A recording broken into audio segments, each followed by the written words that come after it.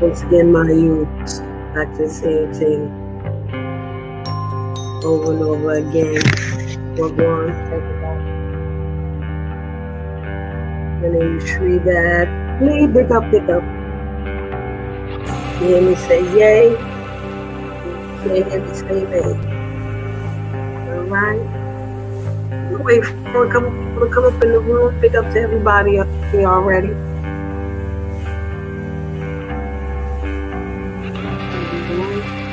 Hopefully y'all get the good connection. Hey, so how you doing, hon? Boy, got shit falling all over the place, child. Whoop-de-whoop. How you doing, Lisa? Yeah. Just wait for some people to come up here. What's going on as we walking through these dusty ass YouTube streets?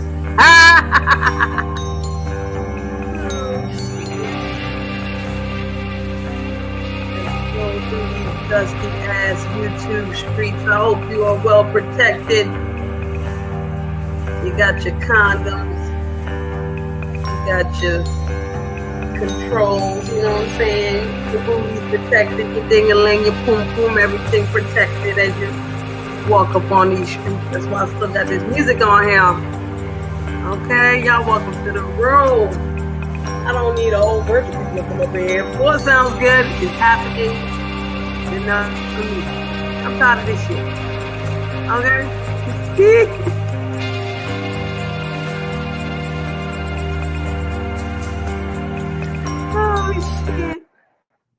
How y'all feeling? How y'all doing? I feel like I'm going in and out with the Wi-Fi. So, you know, if y'all see Tron, shoot him the fuck away, please. I appreciate you. All right. Yeah. Welcome to the room. Well, hey, 504 girl. Yeah. How y'all feeling? How y'all doing? I got questions. Okay, but before I get into the sector questions, I got other questions. Okay, I got a question for y'all. For real. I got a question for all of you. All right. Now let's see if I can do this thing here. Let me see if I know how to do this thing. No, I don't know how to do this goddamn thing. Okay, I don't know. All right, so I can't do that, but that's okay. Hey, Regis, how you doing? Hey, all right. So before I get into the other shit, I got a question for y'all in general. Okay, I'll be going through YouTube sometimes on community walls. Hey, Fee, how you doing, Pig?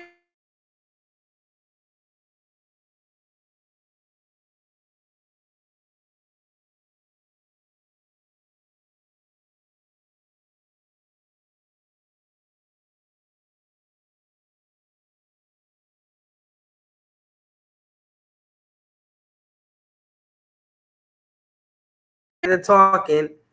Oh, hey, Miss Raz, how you doing, Miss Raz? You supposed to be going live soon, right? My shit is slow. My Wi-Fi acting real stupid. So y'all forgive me, okay? I might be making noise, moving things here and there, and then I get to see you all. So one rapper has to go. You can hear me now? Okay, good. One rapper has to go based on lyrics. Okay? One rapper has to go based on lyrics. The rappers are Big Daddy Kane, Rakim. Hey, E-Love, how you doing? Rakim. LL Cool J. All right? And KRS-One. All right? I'm going to put it in numbers. Okay? So 1 is Big Daddy Kane. 2 is Rakim. 3 is LL Cool J. And 4 is KRS-One. Boom. Big Daddy Kane, Fee. What's your chat about? Based on lyrics, Fee. Based on lyrics. Y'all motherfuckers is crazy. I can't believe Oh my gosh. What you mean 504? Nisa, you say Big Daddy Kane got to go? Y'all motherfuckers is sipping. Y'all are bugging. Big Daddy Kane is one of the best, if not the best lyricist ever in life. What are y'all talking about? Clearly, my choice was LL Cool J. He ain't staying no goddamn way. It needs to be the only reason why you like a motherfucker. And LL Cool J is because he cute. And you think he cuter than motherfucking Big Daddy Kane. I think Big Daddy Kane is way sexier than LL Cool J. And he rhymed better. Okay? His lyrics are better. I don't give a fuck how many albums LL Cool J had. He could have 504, all of it. The fucking lyrics, yo. The fucking lyrics. Now, I'm going to explain my other choices too, why they stay. Dear Self. Dear Self. Big up to Dear Self, yo. Big up to Dear Self. Yo, Dear Self. How fucking ill is it and fucking ironic that LL is from Queens? Me and you are the number one motherfucking New Yorkers in this chat right now, and both of us is like LL Cool J got the motherfucking go. I'm going to repeat what I said because I don't think my Wi-Fi working right. I think my Wi-Fi is acting stupid right now. But if y'all can't hear me, okay, I'm going to let y'all know. I'm going to put it on. Put it on you, okay? I'm going to say it again, okay? So it's highly ironic and crazy, excuse me, because LL Cool J is from fucking Queens, okay? Me and Dear Self are the only New Yorkers up in here right now, and both of us is saying that LL got to fucking go. All right? That's that crazy shit. And you right, Dear Self. If Big Daddy Kane ain't the number one, Rakim is the number one lyricist of all times. Okay? I don't give a fuck what nobody says. All right? Now, let's get to LL. That 504 girl, I'm not saying he's hot garbage. I will never say that he's hot garbage, okay? But I personally never liked LL from back in the days. I did not like LL Cool J personally until Mama said knock you out. And milky cereal and pink cookies in a plastic bag, getting crushed by buildings and all of that, okay? But he is not a good lyricist, all right? LL Cool J is a wonderful entertainer. He knows how to rhyme a little bit. He got it. When you want to, get your coochie wet, you know what I'm saying? And you want to feel like you want to hear them love hip-hop type of sing-songy ass shit. You listen to some motherfucking LL Cool J doing it well, and you will be all right. You go to the concert, you're going to bop your ass a little bit here and there. You know what I'm saying? Something like a phenomenon. But that don't mean that he's a dope fucking lyricist, okay? That don't mean shit. That ain't got nothing to do with lyricisms, all right? Nothing to do with the lyricisms. You hear me? Now, let's get to KRS. Now, a lot of people in today's day and age would say that KRS is a very rudimentary lyricist compared to the Nas and the Method Man and the whoever's else that you might have put on this list other than LL Cool J and KRS-One. However, KRS-One is harder than a motherfucker, okay? Scarface to me, he's hard with his lyrics. You feel me, KRS? That motherfucker's hard with the lyrics too. It's lyrics, motherfucker. All right? Y'all can get on Method Man type shit with the flow and all this. Flow back in the days was automatic, son. Okay? Flow back in the days was automatic. Rakim had his own fucking flow. All right? So the lyrics, and because some motherfuckers ain't got no lyrics, but they got the illest fucking flow, and you be singing they dumbass shit all goddamn day. Okay? What the boy named Little Roosevelt or whatever them name. Yeah, project, this ain't what you want. Because that motherfucker got a flow to a nice ass beat. Now I don't know what the fuck he talking about. So, hey, what's up, RE? Okay. Method Man is fine as hell. Yes, he is. But Method Man always had way more niggas following him after the concerts than bitches. I don't think that had anything to do with Method Man per se, but hey, whatever. Right? Okay. So, yeah. RE, I'm going to ask the question one more time because I got rid of it. You just got here and these people talking crazy, except for dear self, who's mad cool in the building. All right, so we're going to see what the fuck you say here.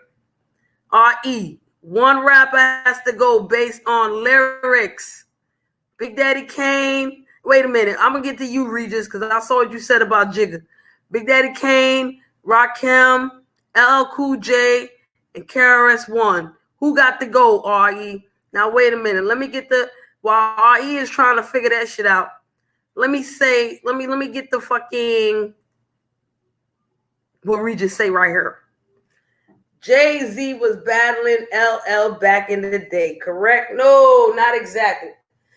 It might have been a time where that could have happened, but if that were to happen, LL was in his prime and Jigga Jay-Z was not in his prime. Because in Jigga Jay-Z's prime, Memphis Bleak wrote about a good 75% of his lyrics, and another 20% came from Big Smalls. So we cannot consider Jigga Jay-Z a lyricist anymore, my friend. Okay? So he will never be on the list ever again in life. All right? Hey, Fee.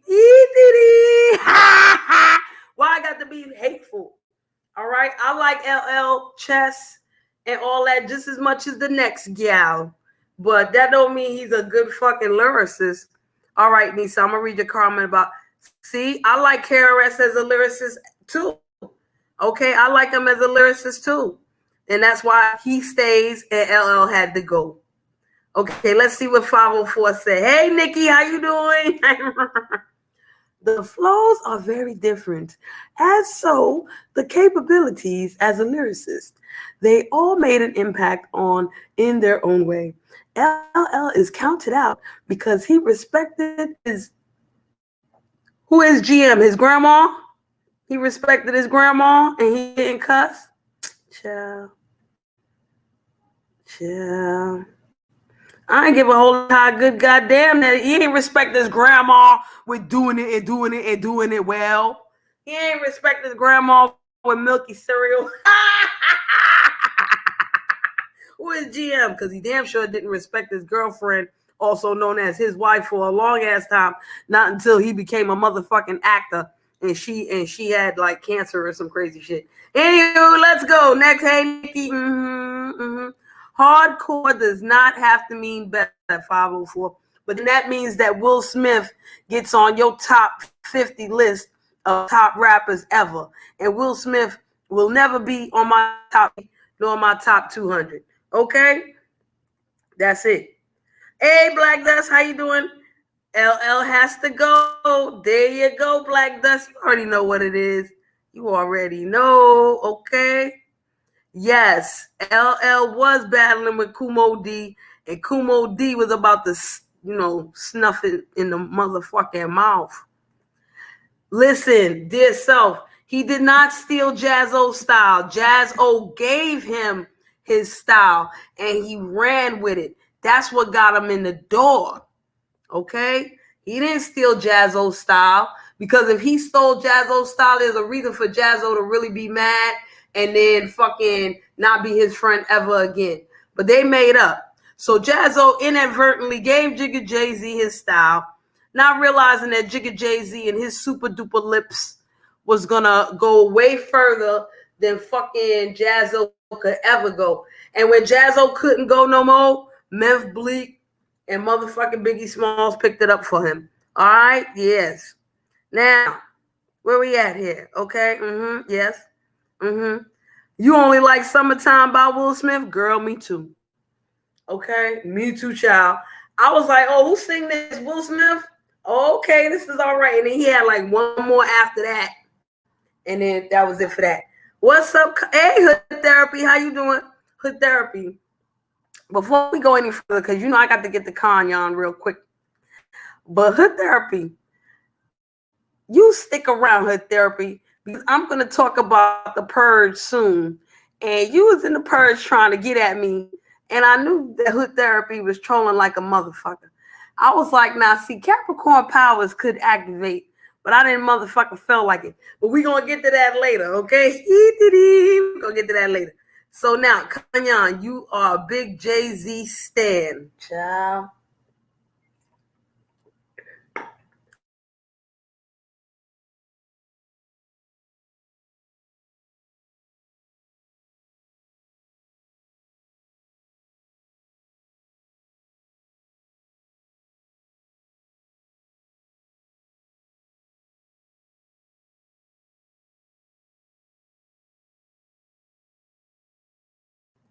Get to this. What happened? We don't want to show what the... Okay, there you go. My top 2 best ever. 1 Rakim, 2 Pac. See? And we was talking about the top 10s and the top 5s. Then that'll be a real conversation. You know what I'm saying? Yeah, this so Summertime was like the first shit. He was like, oh shit. All right, he sound like he rhyming now. I don't know what the fuck. Who, Kanye? Who gets so much hate? Motherfucking Jigga Jay-Z or fucking Will Smith? Because Jay-Z don't get no goddamn hate. Kanye West getting motherfucking hate now. Okay? You there you go, 504. I ain't mad at what you're biased to, because I just told y'all how the fuck I'm biased to LL Cool J. That's why he immediately had to get the fuck out. I didn't even wait 5 seconds to answer that question. Motherfuckers, it was like the motherfucking game show, whatever the name of the game show is, but you got to press the buzzer before the fucking buzzer. You know what I'm saying?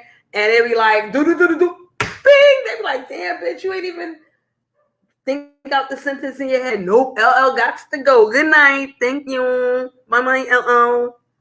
Okay. Yes, Salt, I am live now. What's going on? All right, so Salt, you up in here. Let me try to get back at my original question, and you could answer, because, you know, and then we could go to the next topic. 1 rapper has to go based on lyrics. Number 1, Big Daddy Kane. Number 2, Rakim. Number 3, LL Cool J. Number 4, KRS-One. I should have been on that submarine, Fundi. I would have motherfucking survived, because I'd have never been in that motherfucker. You hear me?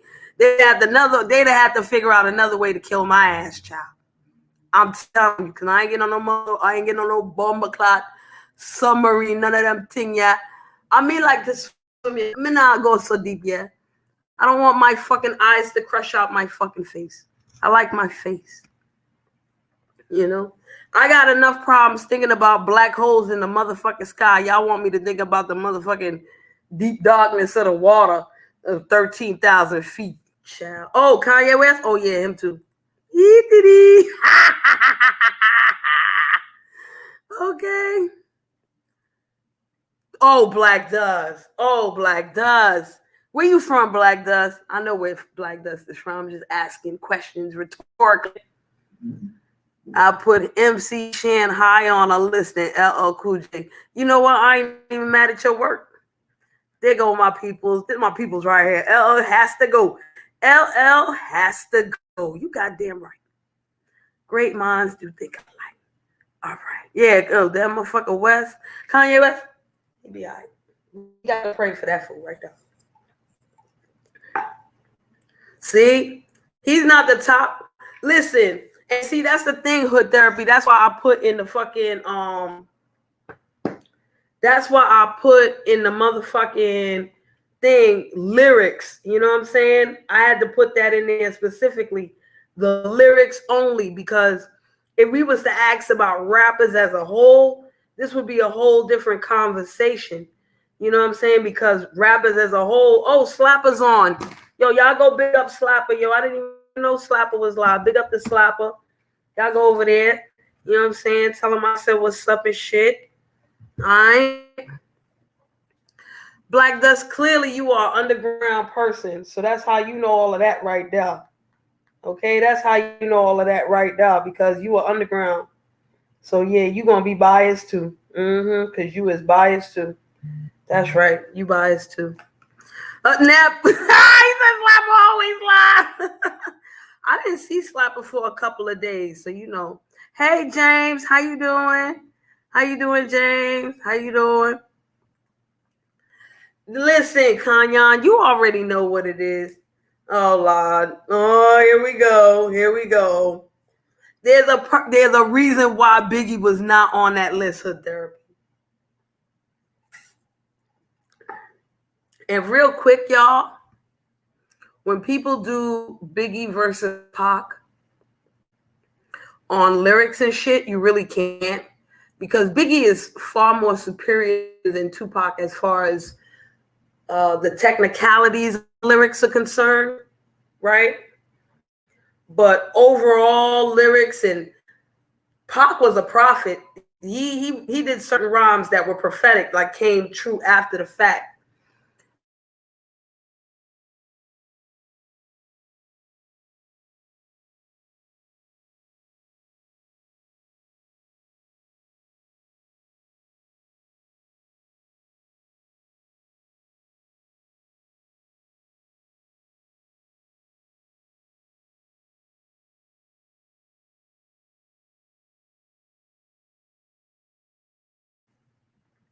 Yes, definitely different realms. Definitely. Exactly. So it's passion. That's a fact. That's a fact. It was passion. Because he really was who he Pac. Yeah, one day we talk about Pac. What you thought I said? Nep. My Wi-Fi is going fucked up, Nep. I said bias. Lord and Jesus. Lord and Jesus. Okay. Okay. And dear self, stay in the room for me, because when I really get to the sector shit, I really would like your input on, certain things. So I'm glad you're here. All right. I'm glad everybody's here, because everybody is going to give me a good input to my questions soon. But this is not really questions. This is more like an explanation to a lot of y'all, because I did a community post the other day about who had the best curry goat roti. Okay. I was very specific. I've been had a black cat, Black Dust. I just decided to bring my black cat back the fuck out, because I haven't, brung her out in a while. So yeah, so I specifically said curry goat roti. Okay? So look it up. Curry goat roti. All right, check my community wall. You're gonna see it. And I had like a poll. So the choices was Trini, Guyanese, Jamaican. Whoever said Jamaican is a blasted fool. And Shri, what the hell are you talking about? So let me curry goat roti. Okay? Not curry goat. Not curry goat. Curry goat roti. Okay? That's what I said. Curry goat roti. I ain't just said curry goat. All right? If you're West Indian, you're up in here. You're hey, look, Regis. Look dear self. Wait a minute. He just told.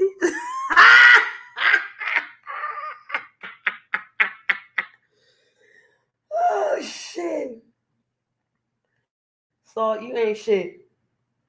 So you ain't shit. Hold on. Let me go to the post. Okay, so far it's 30. 504. I'm gonna explain it 504. So Trini had 30%, Guyanese had 20%, Jamaican had 20%, 5% to whoever chose Jamaican is a blasted fool, and 25% of the people say Shri, what the hell are you talking about? All right, I love that shit. The best answer for me is whoever chose Jamaican is a blasted fool. All right, so give me explain it. Y'all go on Google, y'all just look up curry goat roti, okay? Because let me tell you something. Everybody in the West Indies can make curry chicken, curry goat, curry this, curry that, curry. You had curry something before, or you never had roti. Okay, because 504 is different, right? You can have the meat on the side and you just season it up with your curry spice and you cook it and boom. And you have your rice right there, you have your gravy and you eat your food, right? I ain't talking about them thing. I'm talking about roti, where you take your dal and you wrap it around the meat and you put dumpling or you put potato and egg. Some people just put chana. You never had curry anything for 504. You don't know what you're missing. And it don't even have to be hot. Hey, Reef, you're just in time, bye. You're just in time. So, yeah. So, roti different, okay? Because here what? Like I said, everybody can make curry something, right? Every nationality out there can make a curry something. You got curry chicken, you got curry, curry, right? But then it's only specific people that could make dal and roti. Okay? It's only specific people them that can make them thing. All right? So have your Trini people can make roti, and you have your Guyanese people can make roti, and then you have Jamaican people try their best to make roti. Okay? And that's really it. You don't have too many other people them trying to make. And listen, and people in India, them does make roti too. But their roti is more like dal, and all them things. It's like, it's a different thing, but yeah. Okay, dear self, you already know. So, yes, curry duck is nice. Yes, Reef, curry duck, very nice. So, here's the next thing. When it is make the roti, it's not too many. So we don't have no bad attitude. We just keep it real. And then sometimes, you're not partial to whatever. All right, we get to that later. So so when it comes to like curry goat roti or curry shrimp roti, it's really the Trini and the Guyanese, right? Because I ain't messing with no Jamaican person making no curry goat roti and trying to give it to me. You better give me some jerk chicken roti or some. I will eat a jerk chicken roti before I just eat any curry shrimp or goat roti. When you're not Trini, you're not fucking no Trini, you're not no Trini in your family, you know Guyanese up in your family. No, your wife not Guyanese, your children's, your grandma. No, okay, no, I don't want that. I don't know, no, sir. But let me tell you something. If a Trini person tell me them make jerk chicken for me to eat, I mean, I eat it. Not me.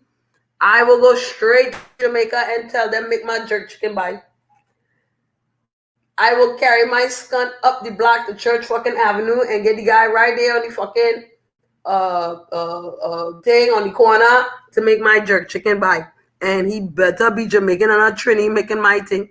Is a Jamaican man sitting right outside the Trini store could be right there, sell all the roti and dal puri and fucking double and palori and all them thing inside the fucking store, and then outside the Jamaican man got my fucking jerk chicken right there for me. All right. Exactly, Reef. That's a good point. Because remember, Trinidad and Guyana, they have a high amount of Indians in their country. So that's why they know how to make roti the best. And specifically Trini people, you can't tell them nothing about the polori and the doubles, because child, I just go to fucking Ali's on Utica Avenue to get my fucking double. Okay? I want a double. No, them not. Well, some of them coolie now. Yeah, they're so. Yeah, when they're Indian in the Caribbean, them is coolie, and then you got your Douglas, who is half black, half coolie them, Child, yes. Because let me tell you something, dear self, real quick. If this heat didn't say that she was on some Bangladeshi, I mean, what I call her coolie, you know, I would have been like, where's she from, Trini? Well, she look like Buck, yo. She look Guyanese and Portuguese. What's going on with this? Yeah, Polari, good. Reef, tell them about Polari, no? Child. Yes, oxtail, good. Oxtail, good, but salt. If you could get some good curry goat bun and then make it right between that and the oxtail bun, you ain't gonna know what to do with yourself. You hear me? I'm telling you. This when I was in Guyana, they had something for the cool people them to get them real vexed. I'm not even gonna say it now because you know I just respect Indian people too much. I respect them. But why? You know what's crazy? I'm gonna tell y'all what's crazy because the way I heard it. Okay, so out here on the East Coast, chicken is mad cheap and seafood is expensive as fuck. And out there, it's the opposite. Seafood expensive as fuck, and I mean seafood cheap and chicken expensive as fuck. So when I just hear how much some of y'all have to pay for oxtail, I'll be like, "What happened to you?" I know oxtail and the amount of oxtail price increase here too, you know. But child, when I just hear how much you gonna have to pay oxtail out there, I said, "Man, you better just cross the fucking borders and go on to the country store and get your what? You better find granny in the fucking bush to make your fucking oxtail and thing for honor because what? Hey Reef, sometimes I just love my dal puri with the fucking curry sauce. I don't even need the meat sometimes because sometimes especially when I finish just make the dal, child, that's real good. But I just wanted to explain my post so you know I don't get too many votes on the street. What the hell are you talking about? Because as I typed that, I was eating some curry goat roti. That thing was goody. Yes, it was good. And I went to the Trini place. Man, listen here, Nana. Listen here. It tastes real nice. But you see me, if I get roti from Guyanese people, I don't really go in the restaurant, you know, I just go to my family house. Spicy meat. Hey, what's spicy to you, Black Dust? Because this way me and you just differ by. Because spice in my family, you put the fucking pepper on the fucking styrofoam plate and the fucking pepper bun through the styrofoam and bun through the wood table by. So, I ain't. All right. Hey, Reef, don't act, let me tell you something, Reef. Don't act like the Indian food in the US tastes the same like UK. It don't, you know. I'll just be like, yo, y'all, what y'all just putting this food over here? Y'all put too much salt, y'all ain't putting enough sugar or something. What's going on? Y'all just need some adobo or some kind of fucking thing. What? Y'all a little bland, you know, like I'm a child. I gotta go to real West Indian people. When I went to England, I had to go to real West Indian people. I had to go to people's house. Okay? Because they was like, oh, come to the restaurant. Restaurant, what?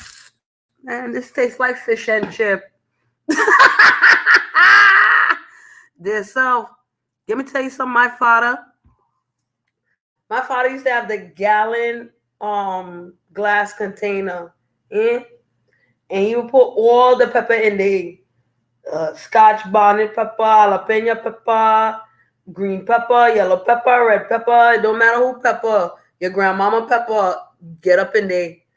And he would put onions in there with that because he figure whatever pepper is sweet and ain't got no spice, the onion gonna taste like spice in your mouth. And then he put vinegar in there, fill it all up with vinegar, and put it right under the sink and leave it there for 6 months. Child, I mean, can't eat no food like that no more. What? It was good though, you know. It was real good, but I'm telling you, my father crazy. All right? Crazy. I tell you, listen, it wasn't no real pepper. I'm telling you, if you had a wood table, you go to West Indian people's house, especially back in the day. And they have a wood table. And you see the wood table have a hole in it. You know, they have pepper on there. Hot, bye. Hot. Okay? Hot cha. Yeah. Okay. So that's enough of that. Child. We can get now to the sector business. And I got a question. Okay? But we got to go a little bit back in time. Of course, we got to go back in time.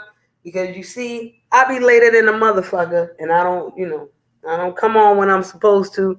I got shit to do. Jamaican and Guyanese the same. Let me kick in your clot. When it come to all war. When it come to war, Reef. Reef, I'm knocking your teeth. Reef, where I chop out? You never ate Trini food, Reef? Oh, hell no.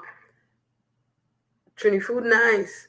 Hey, Daquan, how you doing? Okay, Black Dust. We're going to talk about the purge. Purge. Okay, we're going to talk about this purge. How you doing, Daquan? Okay, so the purge happened last weekend. Okay? I'm sure you had like Jamaican food in California and stuff, but chill. Reef, I'm gonna get you. They not the same. Oh, they the same percent, Reef. Now I know what you're saying. They the same percent. Okay, now let's understand your fucking English, Reef. God damn it.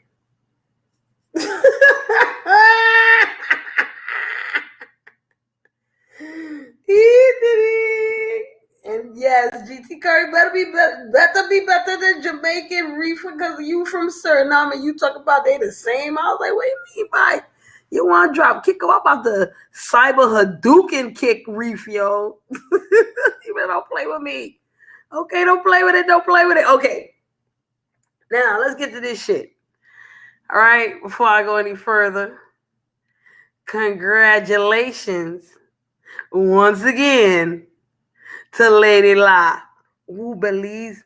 Listen, I ate Belize. They know how to cook. I like the way Belize people cook. I didn't have that for a long time. I always wanted to, I like Belize, child. I always wanted to go to Belize. Anyway, all right. Yeah, I'm paying attention to the comments, y'all. So, child. So, congratulations, Lady La, for winning the purge. Once again, she was the MVP, okay? This is not the first time. This is the second time, okay? Congrats to her. And big up to Master Fundi Fee because she has created a wine to celebrate Lady La's win from the purge, okay? So if y'all want, y'all can go to www.masterfundifee.com. Click on the dry and sweet wines as you go through the menu, and then you scroll all the way down and select Purge 2023. Go ahead and do that. You know what I'm saying? Lady La got a fucking code. I got a code, but Lady La's code is way better than mine, and it is Lady La. So y'all go ahead and help us celebrate that. Okay? Let's celebrate that. Now let's see what Regis says because it looks like she got a whole lot to say. This lady do.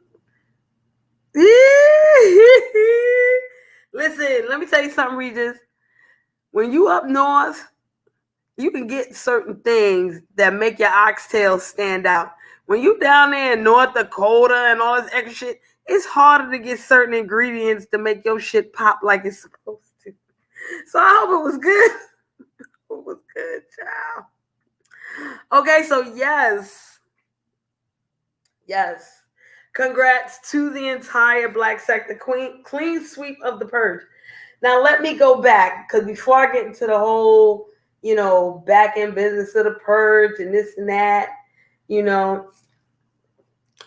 here's my first question for y'all.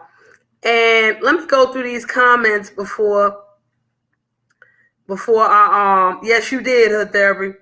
And before I go any further into this, let me ask my first question. Did the purge create the unmerging of the tri-sectors?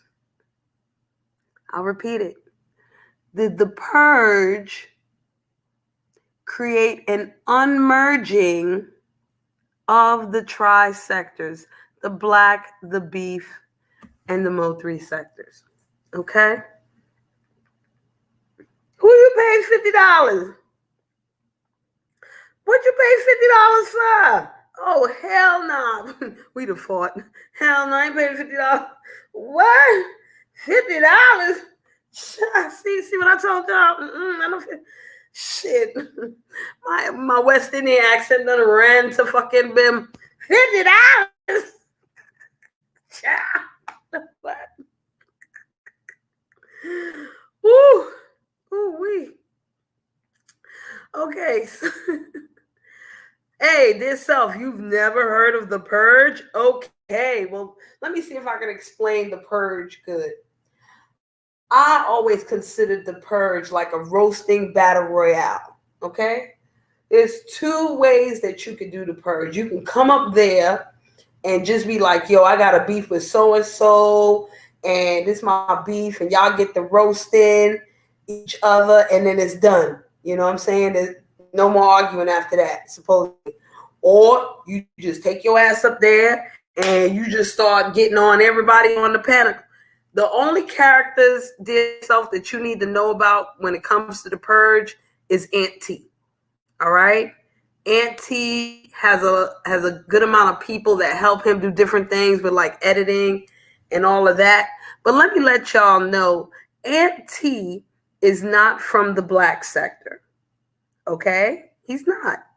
I think he's manosphere. I do not think Aunt T has anything to do with the black sector. Okay? The way that I found out about the purge was through Hennywise and Baller X. Okay? And Hennywise and Baller X has been around for a long ass time in different fucking sectors. Okay? So that's why I say I was there last year, heard about it, all that. So for people in other sectors to say that the purge is a black sector thing, and I'm putting my air quotes up in there,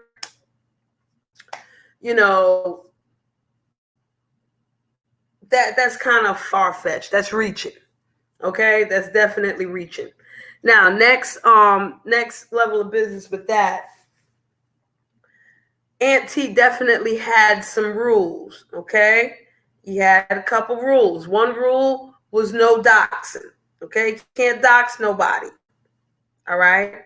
The other rule was no persons under 18 could participate on the panel, which meant you're not supposed to hear kids in the background. You're not supposed to hear kids talking.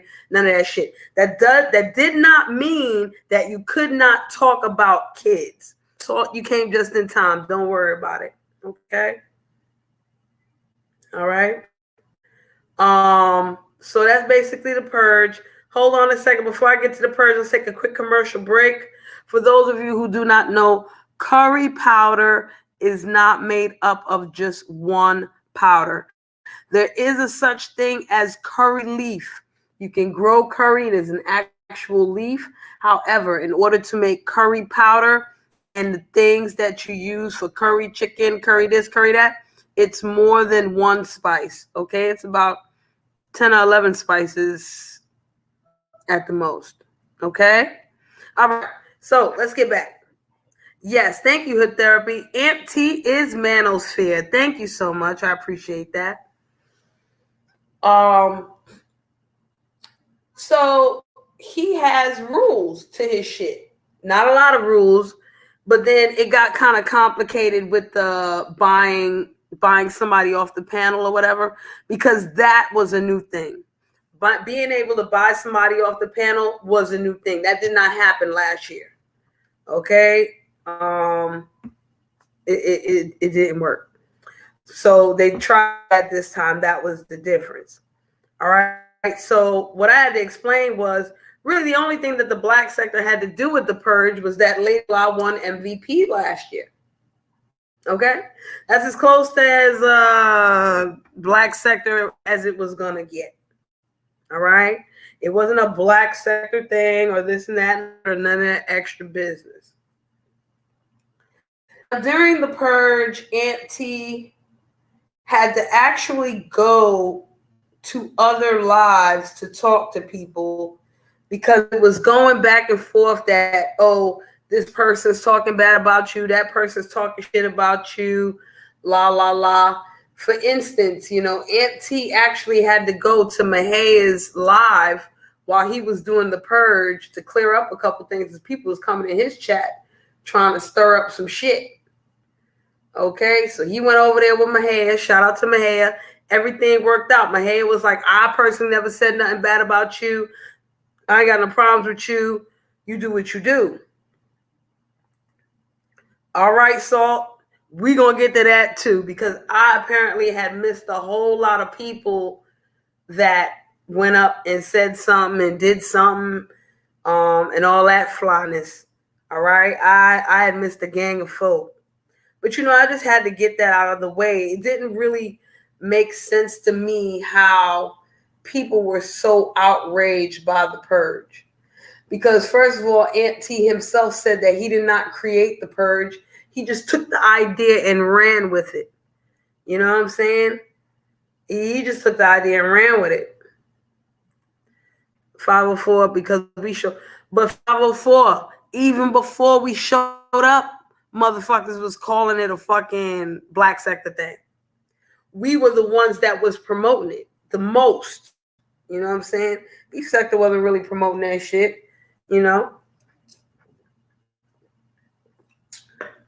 They wasn't.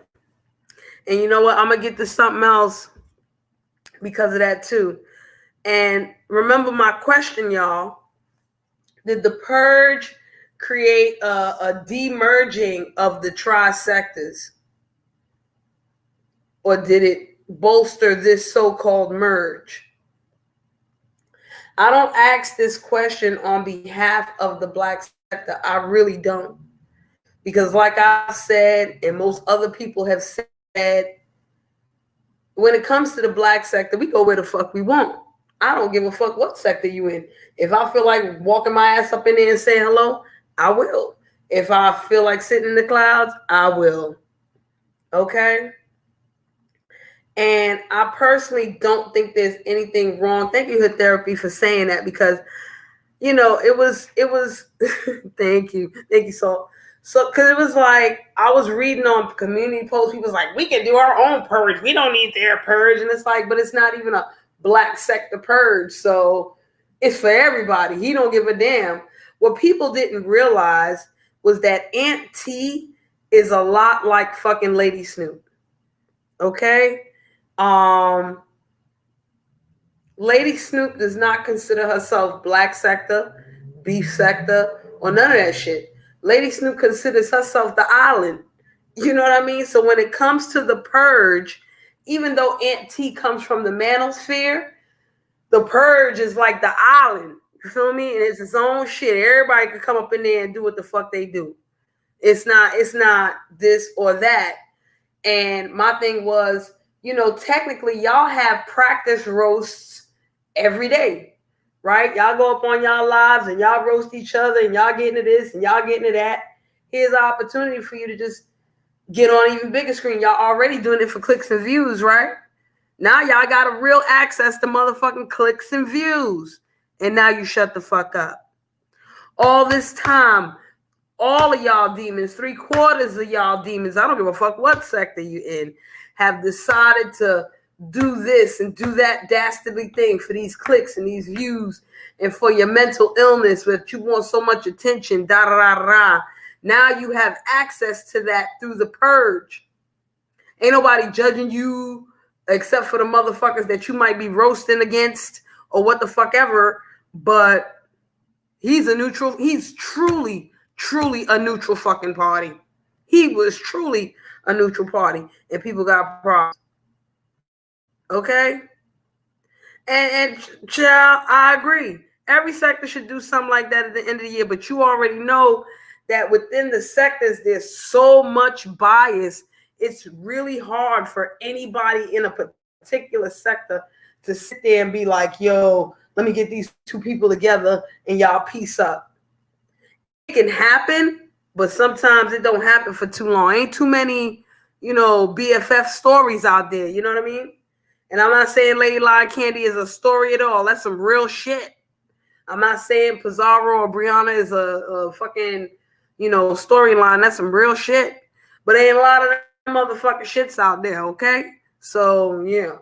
It's real easy for everybody to want that neutral party. But then when the neutral party is here, y'all all shut the fuck up. Anywho. What did 504 say? That's a fact, too. That's a fact, too. We was definitely in the chat heavy supporting our own. Definitely. Okay? And let me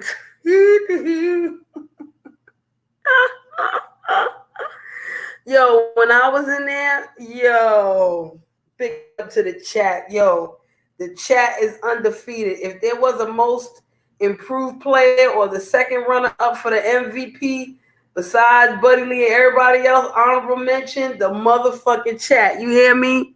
The motherfucking chat, yo. Woo-hoo. We was in the chat supporting our own. But like James said, Layla don't need no help. And I'm glad there wasn't a lot of people going up there trying to windmill or none of that. Everybody from the black sector that came up on there, they came up and held their own on their own for their own. You feel me? And I appreciate that the best. Now, Salt, let's get into this. It is very true. It was way too much for me. It was way too much for the panel. I think it was way too much for Aunt T. But, Jalen felt like he could win by staying up on there and taking the most shit. Staying up there for the longest and being able to take the most shit. Sorry, Jalen. I told you in the chat that was not going to get you.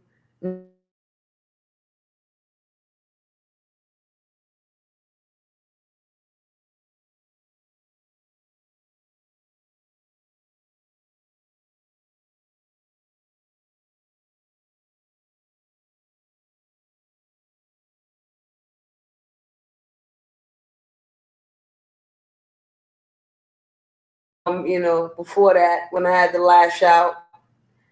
And, motherfuckers in the chat was like, yo, Shree, you going up there to scratch? Hell no, for what? I don't scratch. I yell and scream and cuss you out. Okay? That's not always the best way to purge. You hear me? I could go vent other ways. Like, you know what I'm saying? I ain't fucking feel like it. It was even a fucking faceless troll that came in here talking about I'm ugly. Now, here's the thing, y'all. It'd be plenty of times I would really sit here and be like, I'm ugly, I'm ugly, I'm ugly, I'm ugly. I don't say I'm ugly because I want y'all to be like, no, Shree, you're not ugly. You pretty cute. Who do you have? I don't give a holy high fuck how you feel. Okay? I say I'm ugly because that's what everybody else motherfuckers say. And that shit don't fucking hurt me. The fuck? It don't do nothing for me. You understand? Nothing. So why am I going to have someone with no face tell me who has my face as the bomberclad avatar that I'm ugly? Are you serious? Come on, y'all got to do better. Even if you are sector faceless troll, please do better. If you are black sector, you trying to be one of them faceless trolls who just want to talk shit, you got to do the fuck better. Okay? Hood Therapy did a good job.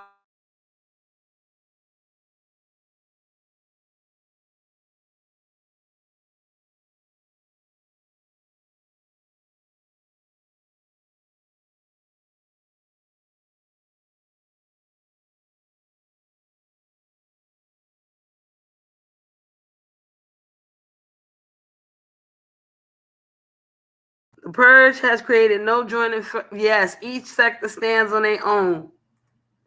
Exactly, Salt. Before I get to, whatever. Exactly, 504. Exactly. So because she considers herself that for that weekend, Aunt T could basically say the same thing. You know what I'm saying? He's been around all sectors.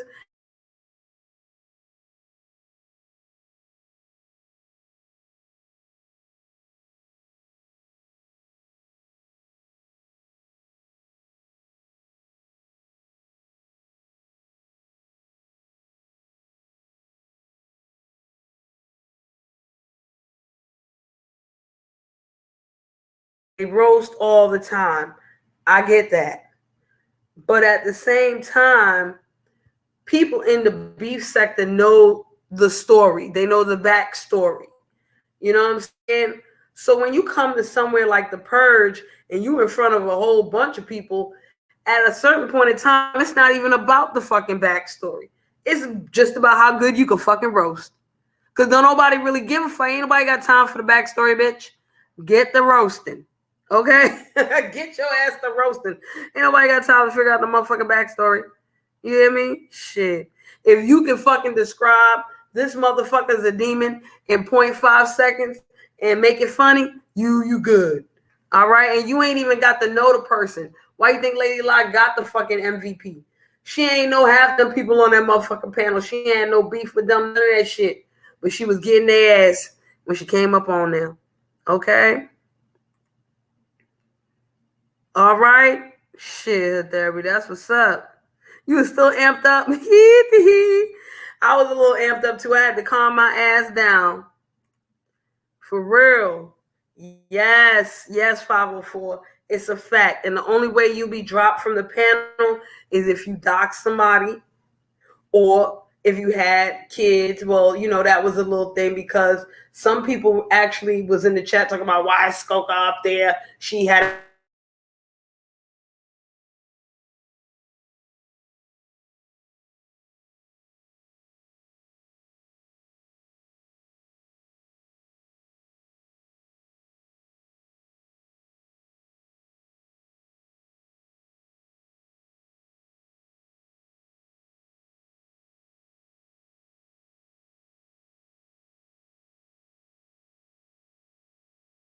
my babies. Hold on, my babies.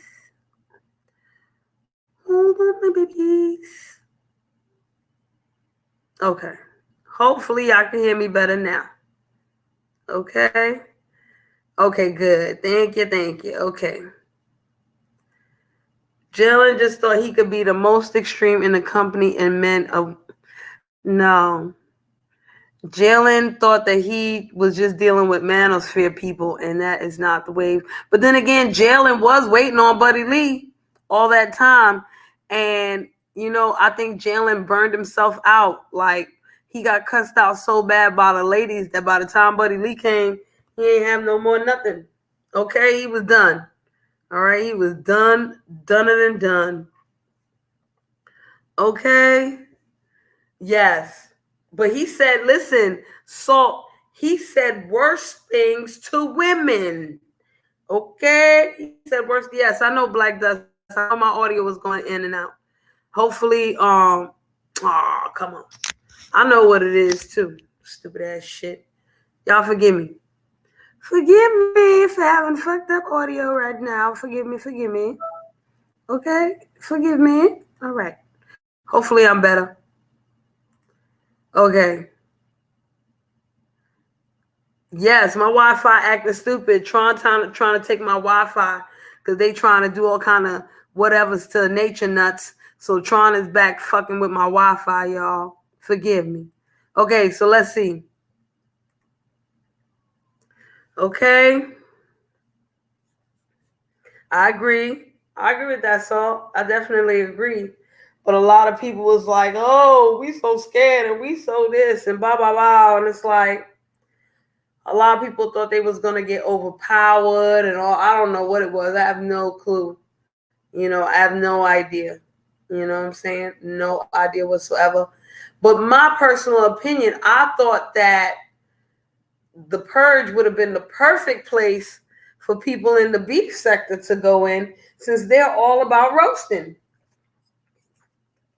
But there's also a good amount of people in the beef sector that feel like a lot of these fucking roasts that go on, these beefs are all storyline and bullshit. So it's like, you know, it's a whole thing there. You know what I'm saying? I saw a post. Oh, we're gonna get to that, Lady Woo. I know my audio keeps dropping, but it's good now. So hopefully, you know, y'all can hear me. Oh, nah, he's still fucking with me. He's still fucking with me, 504. He's still fucking with me. So, Yeah, I'm gonna drop a link. Let me drop this link. Let me get this link together here. So if I act a fucking fool, Salt could still, or whoever could still hook the shit up.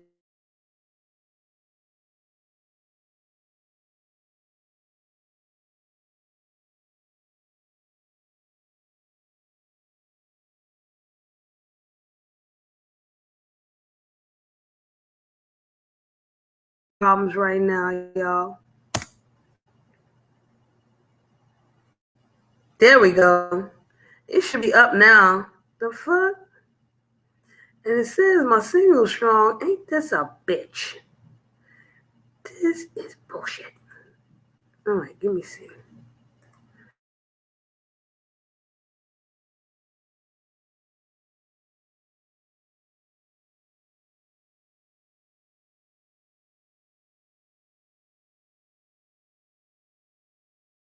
Them beef sector ladies don't want to tangle with the manosphere men. You know, that makes a lot of sense. And you know what, hit therapy? I would agree. I would agree with them. I would agree. I wouldn't want to waste my time and energy with those manosphere men. All right? Because they're going to come out their face and I'm going to come out mine too. Okay?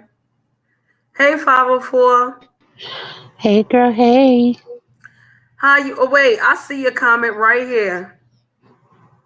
See? Yeah, she wouldn't go over there. And then But she thought it was black sector too. But like you said, that comes from us being the ones promoting it and they never heard of it. So of course they thought it was a black sector thing. Because people were asking Pizza was she gonna go, and she was like, "Why would I go over there and get involved in black sector business? That's their business. I'm B sector." right. And then people wasn't understanding what the purge really was. Right. You And know I what I'm think saying? Trish went up to try to explain it to her, but by then other stuff had then went on. So I don't think Trish really got the opportunity to tell her exactly what it was. But then again, like I said, Pizza doesn't talk to straight men, so she wouldn't have went anyway. True, true. And he's hosting the shit. So yeah, she wouldn't go up at all.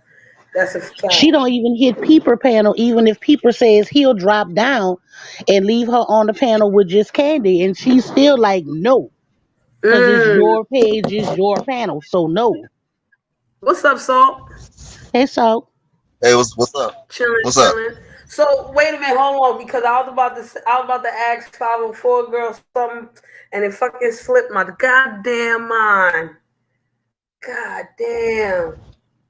Oh, this is what I was gonna say. And Salt, this is good for you to hear too, because one of the things that I saw after the purge happened, because I follow the troll pages on the beef sector. For some reason, they provide certain insights that I'm like, oh wow, you know what I mean? That I would never know unless I had experience in the beef sector, whatever. So one of Right. so one of them posted up something about how Lady Snoop and Misunderstood's beef is black sector beef, and the beef sector needs to get their beef out of their head and get Misunderstood out of the beef sector because she's actually black sector.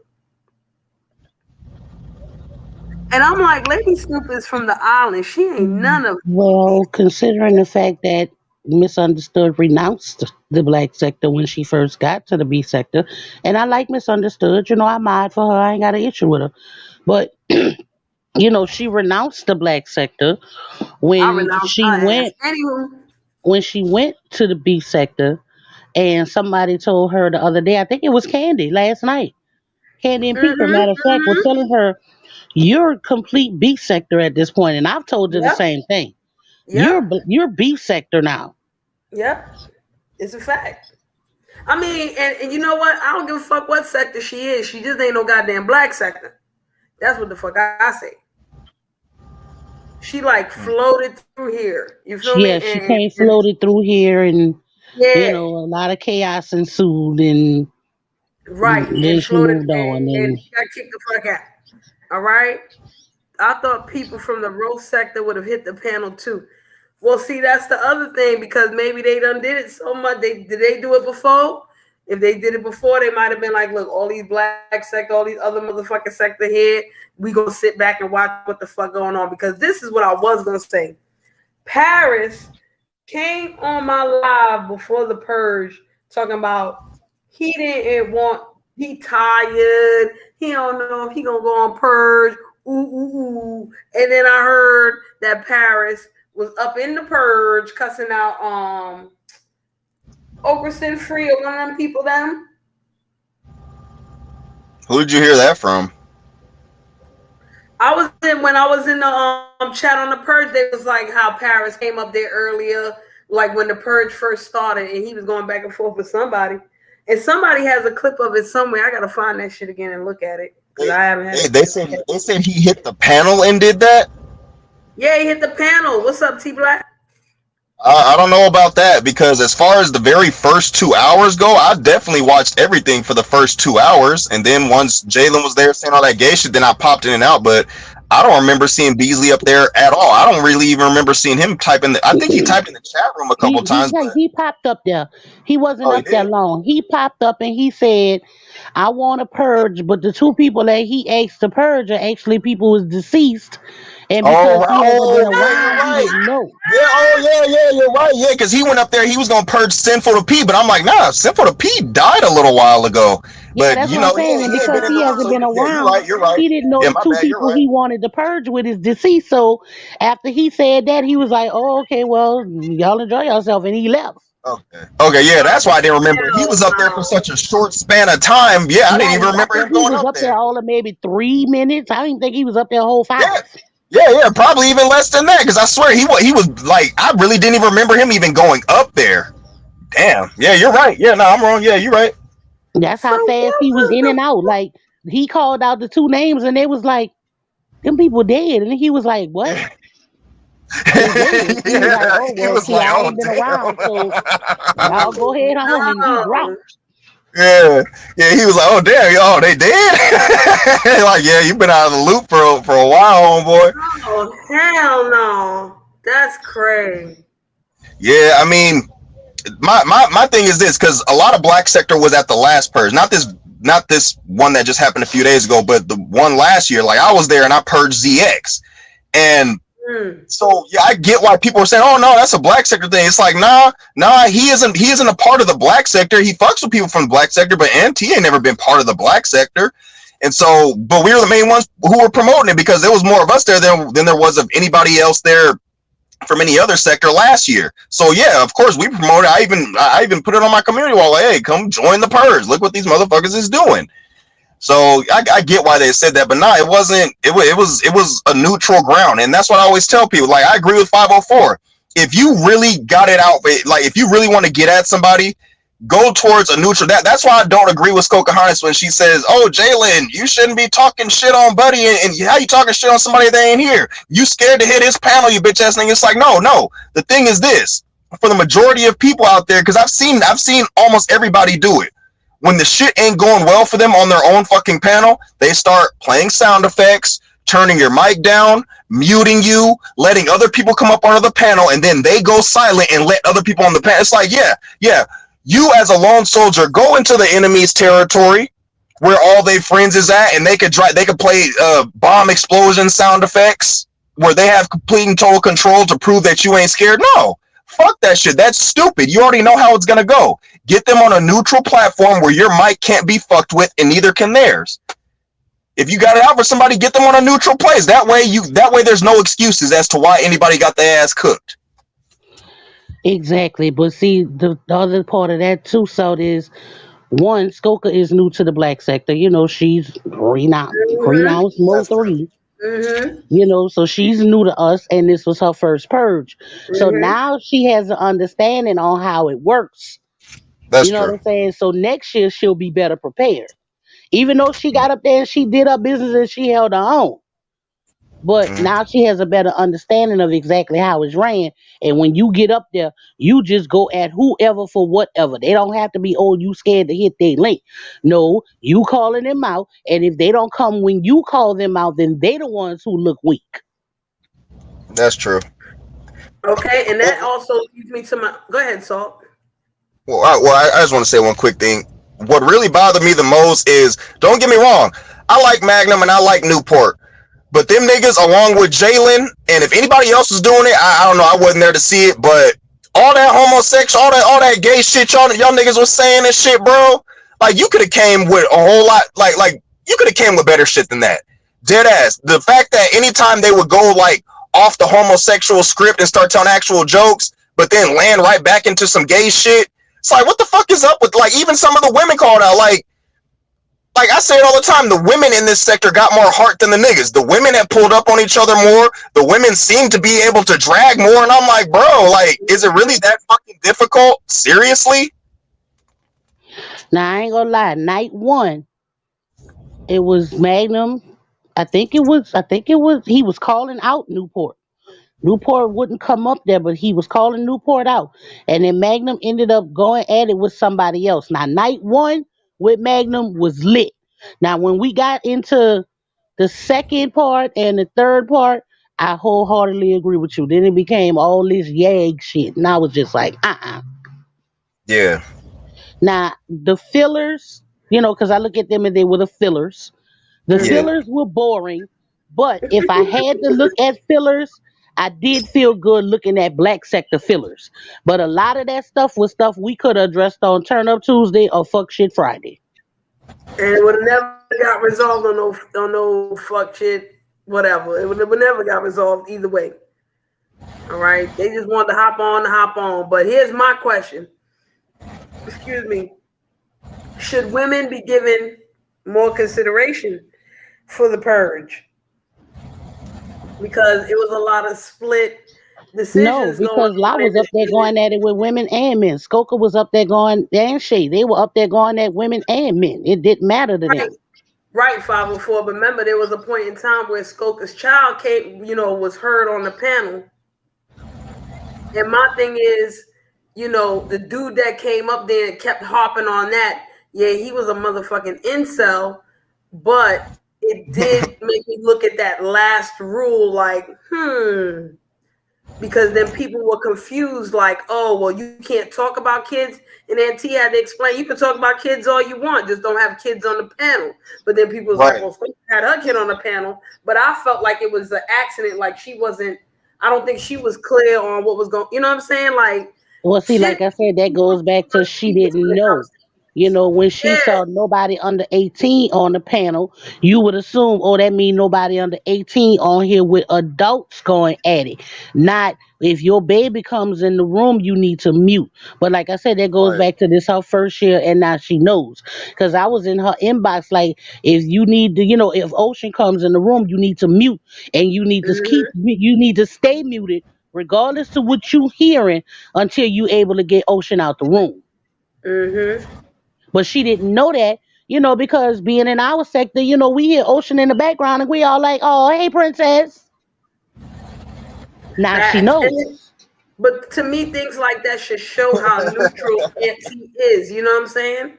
Because he don't know Skoka from a hole in the wall. He don't know none of us really from a hole in the wall.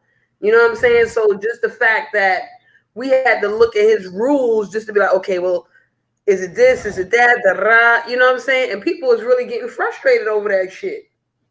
But I feel I like don't know how though. It was pretty damn simple. Like when he had first explained it, like I even typed it a couple times in the chat room. I was like, he said he never said anything about you can't drag kids. He said don't have the kids on the panel. Like the fact that everybody just assumed, oh no, well you can't talk about kids. I was like, he never said that. Because you know me, I'm gonna pay attention. I'm gonna pay attention to what the fuck you say. You know what I'm saying? I'm gonna point out like, yo, you Exactly. never He said we just couldn't his drag rule, kids. You and just like said I don't said, have his them on the rule fucking technically panel. was up for interpretation because all it said was nobody under the age of 18 allowed on the panel.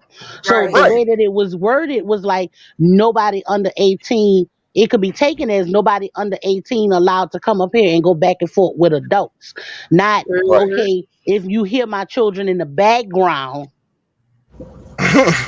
Right, they should make that shit clear too. Like if Auntie don't want to hear no kids in the background, put that shit in the fine print. You feel me? exactly. That's what I'm saying. That rule needed to be like had bullet points or something more detail on it. Okay, no child under 18 allowed to go at it with adults. No children allowed in the background. No, you know Right, what I'm saying? right. But that's another thing for him. When he redo it in 6 months, now he knows he need to be more specific on that rule. Right. Now, so So I that was a got learning. So with Skoka, that was a learning experience for her and Ant. facts. That's a fact.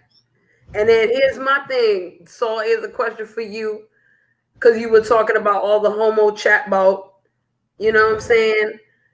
My thing was, if half of these men couldn't talk about the homo aspects, they would have talked about fighting somebody and pulling up, which Right. we know would have never the motherfuck happened. You know Right. what I'm saying? So should there be a rule on that? No homo talking? I mean, he could try to. I would say yeah, but let's keep it real. He could try to, but in the end, it's gonna come down to that because a lot of these dudes grew up around like you could try, but it's not gonna work because one of the main things I notice a lot of people like to do around here is if all else fails, let attack the masculinity. Attack his masculinity. Just call the nigga gay. Call the nigga gay. Especially if you know what I'm saying when it comes to like the women going at the dude. It's gonna be one of three things, maybe all three. You're broke, you got a little dick, or you're gay. it's gonna be that shit. So it's like, hey, I mean, you can try, you can make that a rule, but niggas ain't that. It's gonna be like how that one lady had trouble not doxing the other lady. It's gonna be like that, except a whole lot more people gonna be doing it. You take away the no homo factor in the fucking purge, people still gonna do it, and Auntie's gonna have to keep breaking it up. It'll fuck up the purge because people won't be able to help themselves. It's their go-to thing. That was the issue on night one too, because when landlord came up, him and Magnum kept saying the word yag, and Right. people were complaining about it in the chat. And Ant was like, "Well, no, we're not doing the gay stuff because that'll, using those type of words because that'll get the whole thing taken down." But then when he saw people in the chat going, "That's why people saying yag instead of saying gay," then he was like, "Oh, okay. Well, y'all go ahead." Yeah. So like I said, I think because he did, I don't think over there, that they use the word yag like Right, we they're not use up it. on it. Facts. Honestly, that's a black sector thing. Because Facts. over in the beef sector, they don't use it. Right. And So, see, go ahead. but that's why I say I think for him having so many of us in there this year supporting our black sector people, he was able to pick up on different cues and different things that'll work for him in the future that he probably had no idea about on how to get around certain things. Because then it became, oh, okay, so they use this word to get around the algorithm and YouTube and Google tripping. Okay, let me make a note of that. Oh, okay, so this is how they. All right, let me make a note of that. So I think when he does the next one in December or at the beginning of the year, I think it's going to be better. And here's my thing too. Like I said earlier, to me, I look at it. Okay, there was a whole lot of there was a lot of Mo3 presence from what I saw up in there. Not as much as the black sector, but to me, way more than the beef sector. I would think that the purge, if anything, is a troll's fucking dream. You know what I'm saying? So if you a troll, you should be the fuck in there. You know what I'm saying? Even if you're not coming up on the motherfucking panel, you should be in there. So my thing is, what is it about the beef sector trolls that was so scared to go over there? And if there's this Mo3 troll beef sector, why the fuck was they not up in there in full fucking force? Because they were under the impression it was a black sector thing. And because they didn't know, they felt like that was black sector business, so we gonna mind our business. Huh. Yeah. I wouldn't necessarily say that they were scared because I mean, if they thought he would like, I yeah, think if I they just really wouldn't say that they were understood scared. that it was a wide open thing, that they would have been Right, there. right. Yeah, because they probably thought, oh, maybe this is a black. If I'm thinking something is a Mo3 sector event, I'll go there. I might type, but I wouldn't hit the panel and shit like that. Because like, no, this is y'all shit. Like, I ain't part of you guys' sector. Y'all know more about what's going on than I do. So if that's how they felt, then I could understand it. I wouldn't say that they were scared to hit the panel. But yeah, if they know exactly what the hell's going on, like it's a free for all battle royale, cook or get cooked type situation, they might have joined. More of them might have. And shout out to the people from the Mo 3 sector and the beef sector that did pull up either in the Right, chat because or think on the about it, Cherie. Once Ant went over and went had his conversation with Mahia, even though yes, you know a I lot was of there them, for you that. know, they used to Mahia's rule of no talking on kids, no speaking on the deceased. Hmm. Right. But once Ant went over there and explained it, when he powered up for round three, you saw a few more people from Mahia's chat starting to filter over there. Right. Facts. And Because you I know know what? round four, I saw a lot of beef sector people who be in Mahia's chat was in there. Yes, because I saw You Lady know, Nika like in there. Lady Shout Nika out to and a few other people her. were there for round four. Hmm. And you know what? I wanted to say shout out to Aunt T for that because when when he was talking about how he had to go over to Mahea's to talk to Mahea because people was coming in the chat instigating, that kind of pissed me off because I was like, trolls, you could do something better than instigate fuck shit. You know what I'm saying? Don't fucking lie roast on a motherfucker. You know what I mean? This ain't that But type of Mahia shit. did pop in the chat himself. And when he came in the chat, somebody was talking about somebody's deceased relative. And Mahia put it in the chat and he was like, I'm out of here because that I don't agree with. Hey, Lady Law. Everything ain't for Yeah, everybody. exactly, La, exactly. And they want to come. That's what I was like. I don't understand why y'all complaining about the purge when the purge is really something that y'all been needing for a minute. Exactly. Y'all motherfuckers been needing this shit for a minute. But to me, this is another reason why I asked the question: did the purge like unmerge the tri sectors?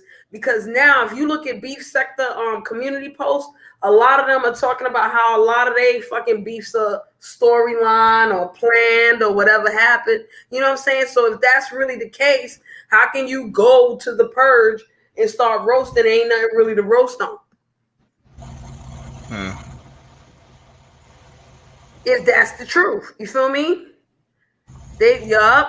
Yup, it's true. It's true. Like I don't know if the beef sector does plays and all of that. They definitely some of they shit seem like plays like a motherfucker. You know what I'm saying? But they do go deeper than what happens on the purge. But shit, for some reason, Lovely Love got got Jesus talking to her because I could have sworn Lovely Love would have went over there and acted the goddamn fool. I would love for that shit.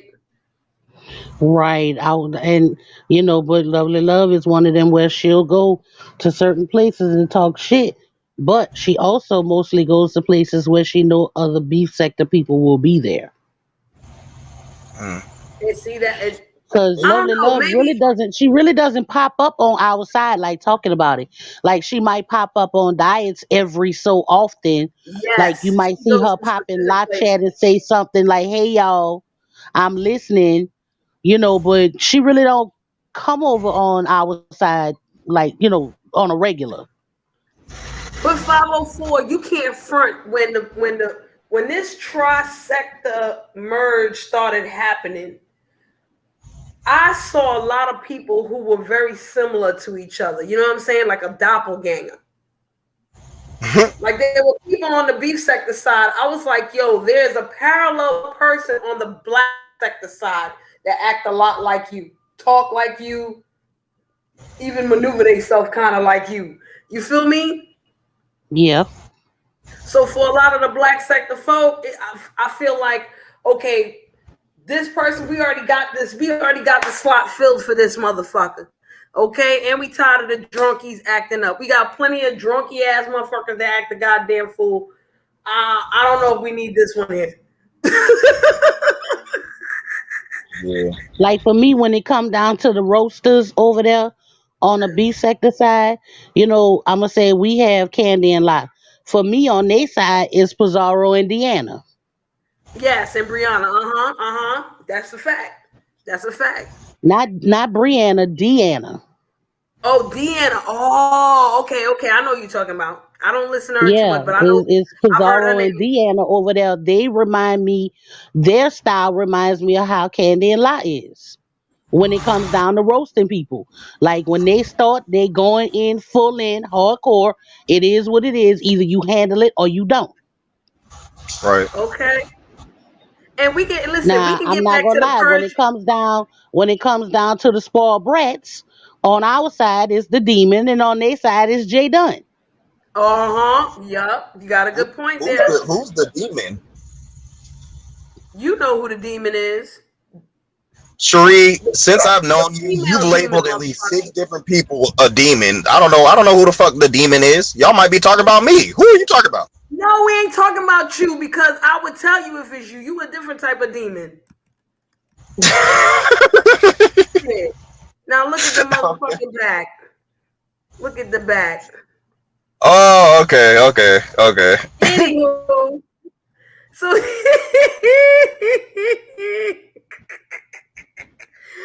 now we can get back to the purge and this trisector conversation. But you know what? We're gonna take a quick pause to inform the people in the chat who are not Black sector. And you can insert percentage here, okay?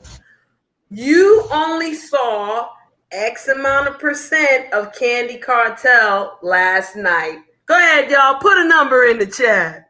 Tell me a number for the percentage. I'll start 0.5. I say it's like. I was gonna say like 20. I was gonna say that's like 25%. I was gonna say like 20. But I'm 20, I was speaking gonna from give it 20. experience. Yeah, I'm personally speaking from experience. That's all I know. Because one time, me and her went at it for almost as long as me and Cosmo went at it. We went at it for like an hour, but that was like almost 4 years ago. That was a long time ago. So, from experience, I would say that was like 25. Nah, maybe like 20%. You said what? Layla said 35%. Really? I feel like that's a little much. I was like. Yeah, that was light I work don't for know. Candy. That's why I'm like, that was like 20%. Yeah, I don't know. It's like, maybe she's thinking about like just within like the last 2 years. I'm thinking like from a whole, from what I've seen over the years from Candy. That's why I'm like, nah, like, cause she was the one who I first heard say, oh no, this is light work, and I'm like, yeah, that shit's light work. That's like a quick cup of morning coffee in the fucking morning just to get you going.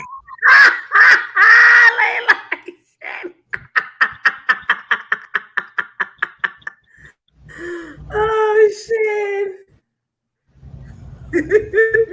Okay, I have a question. Can we talk about Jurassic Sissy acting like his daddy Nature Boy and saying that it's normal for men to yag on men in their ass? Yo, Cause there was that was some somebody in the straight chat saying Nature that Boy was shit edited. that was said. There Lord was help me. somebody in Buddy Lee's chat that was saying that was edited, and I had to comment to them like, "You sure that was that? You sure?" It was No, like they not I playing went and the listened thing. to I'm it. like, When I they saw might it be on close. Hennywise, I went and listened to it myself. It was not edited. I didn't Okay. even listen to the whole stream, but that part that Henny put up is towards the beginning of that stream. Oh, so do you know what I happened with didn't. XYZ? I didn't hear him say it exactly, but a couple people told me that he was saying like he Buddy wanted him to stick his dick in his ass, like all type of gay shit. And I'm just like, yeah, that sounds like the sissy, because he said similar shit like that before in the past. Like he said some shit like that before to Tommy. That's why I'm like, oh, that's why they call him the Jurassic Sissy. It's like, bro, you be saying some sissy ass shit, but then want to act like you the most masculine motherfucker who's ever existed. It's like, no, you a fucking sissy. And see, I want to go back to something that Candy said on People's Live, yo. And it's something that I have said for the longest time, but don't nobody check for me, which is okay. That's why I let the professionals say what the fuck they need to say. We've been there and done that. You know what I'm saying? Buddy is 100%, valid in speaking his piece. He got to protect his booty hole, all of that. Right? He's definitely right on that. But we all know what this motherfucker do. He said fucked up shit like this before. If not the Buddy, then to somebody. Okay? This ain't the first time. This ain't the last time. And He He projects what he's thinking onto everybody. Whatever he thinks Yes. about himself, what he knows about himself, he'll project it to everybody else and never hold himself accountable for a motherfucking thing.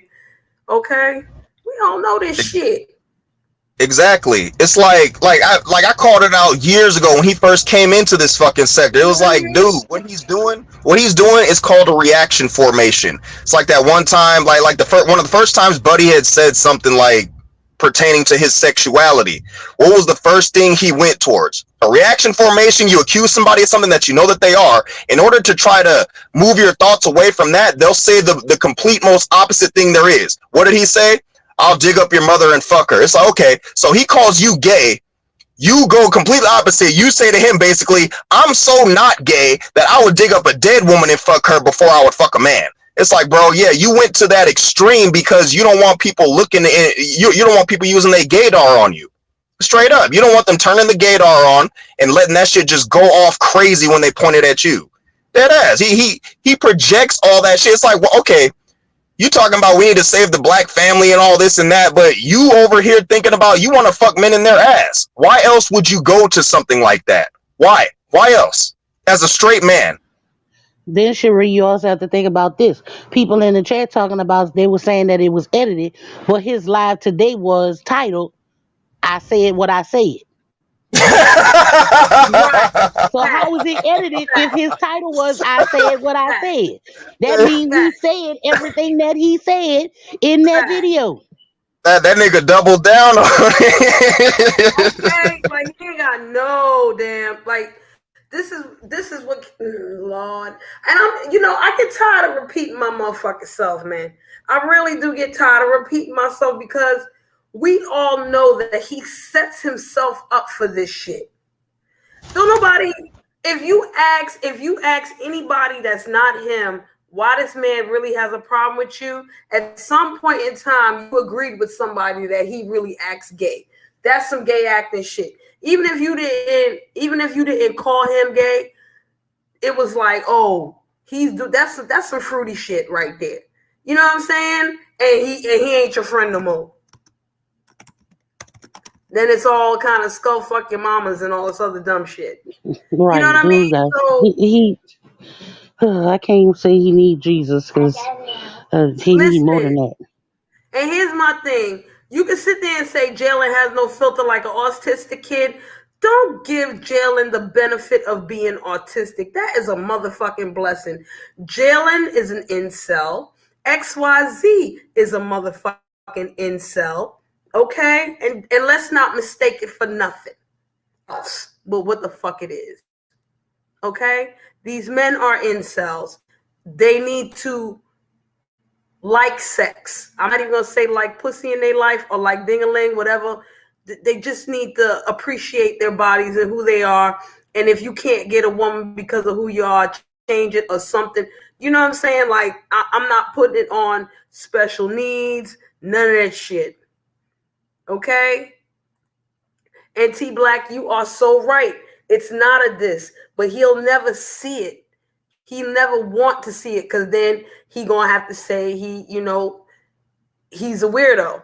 Even if he's, I swear I'm not gay, but you're a fucking weirdo because that's all But you see, talk at about. first it was like, okay, his tone, the way that he speaks to people was like, okay, yeah, he one of them OGs from back in the day that was sitting under the tree that would try to school these kids and get their mind right. But he has progressed to the point where his actual true self is showing and coming through, and he still sees it as if he's this OG sitting under the tree, when in actuality, you that OG that's walking through the French quarters that be down there with your tails and tassels on every weekend.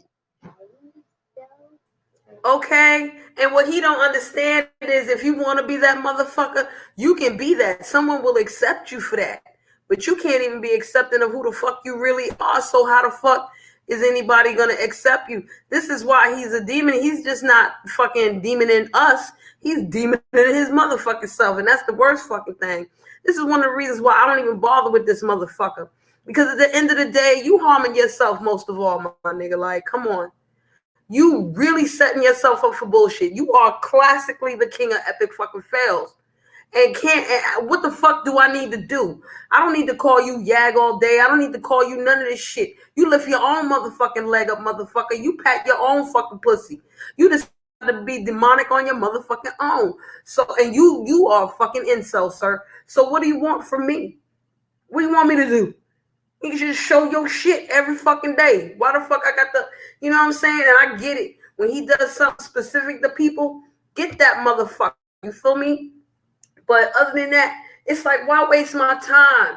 I already know who the fuck you is. And all motherfuckers gotta do is open up their eyes and clean their eyeballs and get the fucking eye boogies out the corner of your eye. And you will see what the fuck it is too. If you don't want to see, then you don't fucking see. You know what I'm saying? And nobody be mad because I laugh when motherfuckers crack their jokes and make their songs and all that extra shit.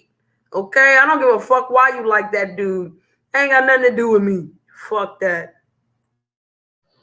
I think another issue that he really had with Buddy is this.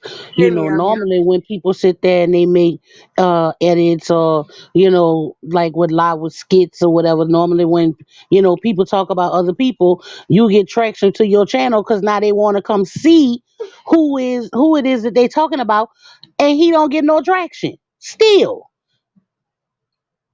Oh, they sit over here and they talk about me, but their chats is steadily growing with their people and other people from them talking about me, but nobody's coming to see me and check out who I am for myself. Okay. That's just a tactic. All right, Black Dust, have a good one. Thank you, meow meow. Y'all like and share and subscribe and shit like this if you feel like it. You know what I'm saying? Like, it's a comment. He hit somebody's panel yesterday saying he doesn't like the manosphere. He'll get along great in the manosphere. All of them could be incels together. What is he talking about? I figured he would have did great on the purge because instead of motherfuckers Nikki trying to Ben rip him a told new him asshole, they go would over have to the agreed with his ass. manosphere. Nikki was trying to get him to go to the manosphere. He didn't want to go. What? Yes, that's how he ended up over at the beef sector. At the time when it was between him going to the beef sector and him going to the manosphere, Nikki said she kept pushing him to go towards the manosphere and he went to the beef sector instead. Beef sector mad at us right now because we sent him over there and they had to deal with his ass, and then nobody won his ass. Okay, I told y'all. I told the beef sector plenty of times. I did not warn you about this motherfucker on purpose. Okay, if y'all want to throw him in y'all garbage can, y'all surely can. But I did not want him back over here. Thank you. Go ahead, Salt. No, I was just agreeing with you. I feel like anybody who gets warned, it's one like because when ZX first went over to the B sector, people was letting people know like, look, this dude's a piece of shit. He's gonna turn on each and every single one of you, especially the women. Oh, you his sister now. But next week you gonna be all kind of hookers and hoes and all type of shit. I see this nigga making for like, to me, like I could be wrong. I know it's fucked up. But to me, a lot of shit he does is real funny because it's like, how one day you gonna talk about, well, brother Malcolm X and brother Martin Luther King, they said this and that, and then the very next stream you talk about the title. The title will be some shit like Dovey, motherfucking yo menopause acting up, bitch, and I'm just like, dude, like. Well, like I don't know. To me, if a bunch of random motherfuckers come up to me saying, "Yo, this dude's a piece of shit. This woman's a piece of shit. Don't trust them," like, don't judge a book by a cover, shit. I say everybody on the planet needs to throw that shit out the window. If a bunch of random motherfuckers who you never met before come warning you about somebody who you just met and that person seems nice as hell, like it's like you. I'm not saying to trust them, but you know what I'm saying, be weary. Because when the shit happens, when it goes down, it's gonna be like, hey, there's gonna be a bunch of people saying, hey, I told you so. Hey, I told you so. But it's like, I don't know. I guess people want to put on airs, make it seem like, well, I try not to judge people. I try to have a good heart. It's like, nah, you can't have a good heart in such a decayed, rotten ass. This is not the 1950s where people were more trustworthy. You know what I'm saying? James. Hey, what's up, Sheree. Hey, Hey, Shady. I'm gonna let Salt keep talking. I just wanted to make sure that was James. Go ahead, y'all. Oh no, I was done. Go ahead, James. Oh, I just You guys were talking about Z Extra Pooty, and his like Lady Steele said, voguing. There ain't no straight man ever gonna fucking do that shit ever. And be able to, that's why I asked Buddy about if he could take it and stretch like Z Extra Pooty did. And he's a young fella compared to what we are. And I couldn't even do it when I was in my 20s, let alone in my 50s. And then go pose, make them poses like he did, and everything in that chair and everything. He just watches way too much Hollywood shit, because real men don't do that, and nor would they ever take it and do it online. Right. He's the only one that does it. That And the fool only said person you that unbutton talks your more bottom button on your yag shirt. than I'm sorry, Tyra James. Go ahead. is Z Extra Pooty. That's all they ever talk about. Nobody else does. All right. Like a lot of men in my family wear dress shirts and they wear suits. And I have never, ever seen any of them unbutton the bottom two buttons of their shirt for comfort. Or to sit down. Never. Nope. Wait, what? Yep, Yeah, that's why what he he did. said he unbuttons the bottom two buttons on the shirt. When you have on a dress shirt or you just have on a button down shirt, when you go to sit down, you're supposed to unbutton the bottom button or at least the bottom two buttons so that you can sit down and be comfortable. And when you stand up is when you button those two buttons back up. When did that start? I've never heard of that. I've heard of it, maybe getting a little hot and you undo one or two from the top, but from the bottom, Right. Right. I've never heard that. And then a lot of times when men have on a suit, your shirt is tucked into your pants. So how are you unbuttoning anything to sit down? Exactly. Right. Maybe that nigga got like a beer gut or some shit. It's like if that, even if that's the case, nigga, buy a bigger shirt. You doing it for comfort.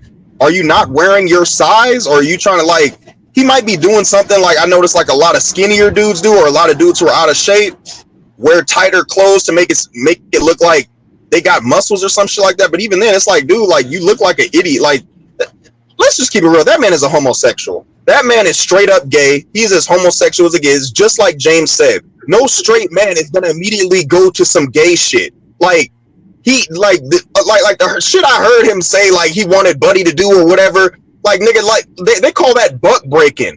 White men used to do that to slaves back in the day in front of the others. That's buck breaking. Like, what the fuck? I don't know. Let's have a chest challenge. You take off your shirt and I'm gonna take off my shirt and we gonna see who has the better body. Like, what?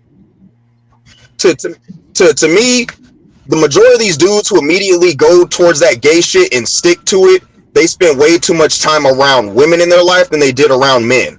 Or at the very least, when they were younger, they were raised by too many women than they were men. Because it's like, I can understand it if a woman does it. You attack a man's masculinity, call him gay or whatever. Okay, people can wrap their head around it when a woman does it. But when a man constantly does it and that's his go-to thing, it's some homo shit. It's like, nah, bro. Something else is brewing underneath the surface. You have an undercurrent of homosexuality in the way you speak and the shit that you say, and people are picking up on it, and you got the nerve to get mad when they call you a sissy. Stop saying gay shit, and maybe they'll stop thinking you're gay. Simple. Right. We have way more women in my family than we do of men. And a lot of my male cousins and everything, even though they had like the influences of uncles and grandfathers, and even their own dads, if they were around, they still never did none of the stuff that this man is doing, raised and being around predominantly women in our family. Right. Mm-hmm. And yeah, look what T Black. Oh yeah, go ahead, James. I'll talk after you're done. I mean, in my family, We didn't hang around when women folk were together. We stayed the fuck away from them, you know, and all the men did. We had our own little place that we went. So, um, and we sure enough fuck didn't talk about shit like he does. Meow meow. I just want to say something real quick. It doesn't make any sense for him to be afraid to come out because the beef sector has shown him there's nothing wrong with coming out. Okay, I personally feel like he knows that if he comes out, people are gonna stop watching because then they'll be like, oh, okay, now he finally admits he's gay. All right, what else is there? You know what I'm saying? Like, I don't Right. know. I don't know. Like, if he's afraid of anything, he's afraid to lose certain clout of a certain type of man, but he's already lost the clout of that type of man. That's why this is so, I don't know, like bizarro world maybe. I don't like. I think he's afraid of every motherfucking thing. You know what I'm saying? But listen, meow meow, he don't even know what image to keep up. It's so many times that he's done things to come to the brink of, you know what I'm saying? Let him come out, yo, I'm this, I'm that, I'm da da da, all this shit, fuck the image. Nope. I mean, people genuinely think he's funny. So if that's the image that he has to keep up for those folks, you know, it is what it is. I don't try to get into the mind of this man. For what? For what? It's But the real part Yeah, it's I about don't it have that is, many brain isn't cells his to daughter lose. allegedly in the community as well? Like, Yes. come on. Yes. Yep. but speaking on what Cherie was saying, there's really not even much to get into because well, just like what James said, dude watches way too many fucking movies. When he like, I think he still says this. There's a movie called State Property 2, and in that, all throughout that movie, all you hear is people saying, "Get down or lay down, get down or lay down." Haven't y'all heard him say that shit a bunch of times? It's like, dude, you're stealing lines off of movies, trying to apply them to your situation on YouTube so you can feel like, yeah, you did that right there. I notice a lot of these Mhm. motherfuckers who watch too many rap videos, watch too many movies, try to recreate scenes and shit like that from the movies and songs that they hear and shit like, oh yeah, no, that shit really happened to me, so I know what he's feeling. It's like, nah, bro, you a fucking old, you're a retired truck driver and a sissy at that.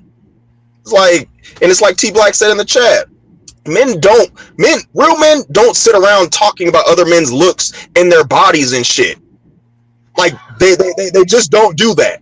They don't do that. It's not something that fucking happens because it's fucking weird and it's gonna come off as fucking gay.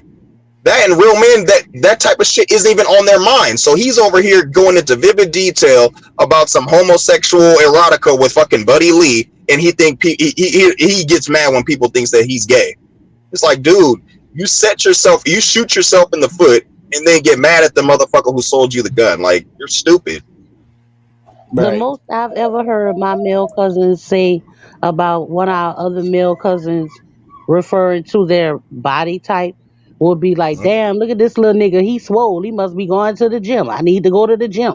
And that's like the extent of it. They're not going into, damn, look at this nigga pecs. Like, look at his thighs. Like, look how they don't go into all of that. Right. If men talk about bodies, at the very least, just for a short while, it might be like, unless the nigga's on some real thirsty shit, it just might be about a female's body. Other than that, nah, we just don't do that. Like, I had a wonderful conversation about Sheree the other day, but that's neither here nor there.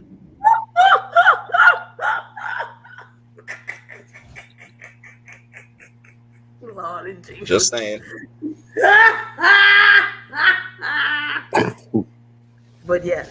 Meow This, meow. He tends to come across to me like the image he's trying to project is those men Yep. back in those 70s movies like Shaft and people of that. But You dig? he acts the complete opposite of those men. Hmm. Right. I don't remember a somebody single mentioned episode of Shaft. Because my grandfather had them taped. Honestly, I don't remember a single episode of Shaft where Shaft was sitting up in his house talking about, come ring my doorbell. I want one of you motherfuckers to come ring my doorbell so I can shoot you. Like, Or nah, you sit went there out and with his handled shirt fucking unbuttoned and business. sit down You and be did? comfortable. You know Shaft what? used Yeah. to fight in the whole goddamn suit, and the shirt never even came out his pants. Like, come on, be real. When did Shaft do a fucking yoga stretch pose? Like, put his leg all up in the air? Like, come Hold on, on a dude. second. Right. Hell, I even tuck in my t-shirt. Mm-hmm. You know, any shirt that I got on, I usually have tucked in. I can't stand it to Okay. be outside of my pants. As far as button-up shirts go, only reason I could see a man undoing the 2, 3 bottom buttons is if they about to tie that shit into a knot like them homosexual niggas be doing. Right. Other than that, I don't see any reason to you do it for comfortability. Nah, bro. There's something else going on. Like, yeah, Right. I can even give him the benefit of the doubt and just say he forgot to. Maybe he's getting so old he forgot to button up the bottom 2. He starts from the top and works his way down, and then his gut hangs so far over he can't really see the bottom 2, so they basically don't exist. You don't need to. I can even give him the benefit of the doubt and say that, but it's like, nah, bro, you doubling down on homo shit. You done said a lot of homo shit.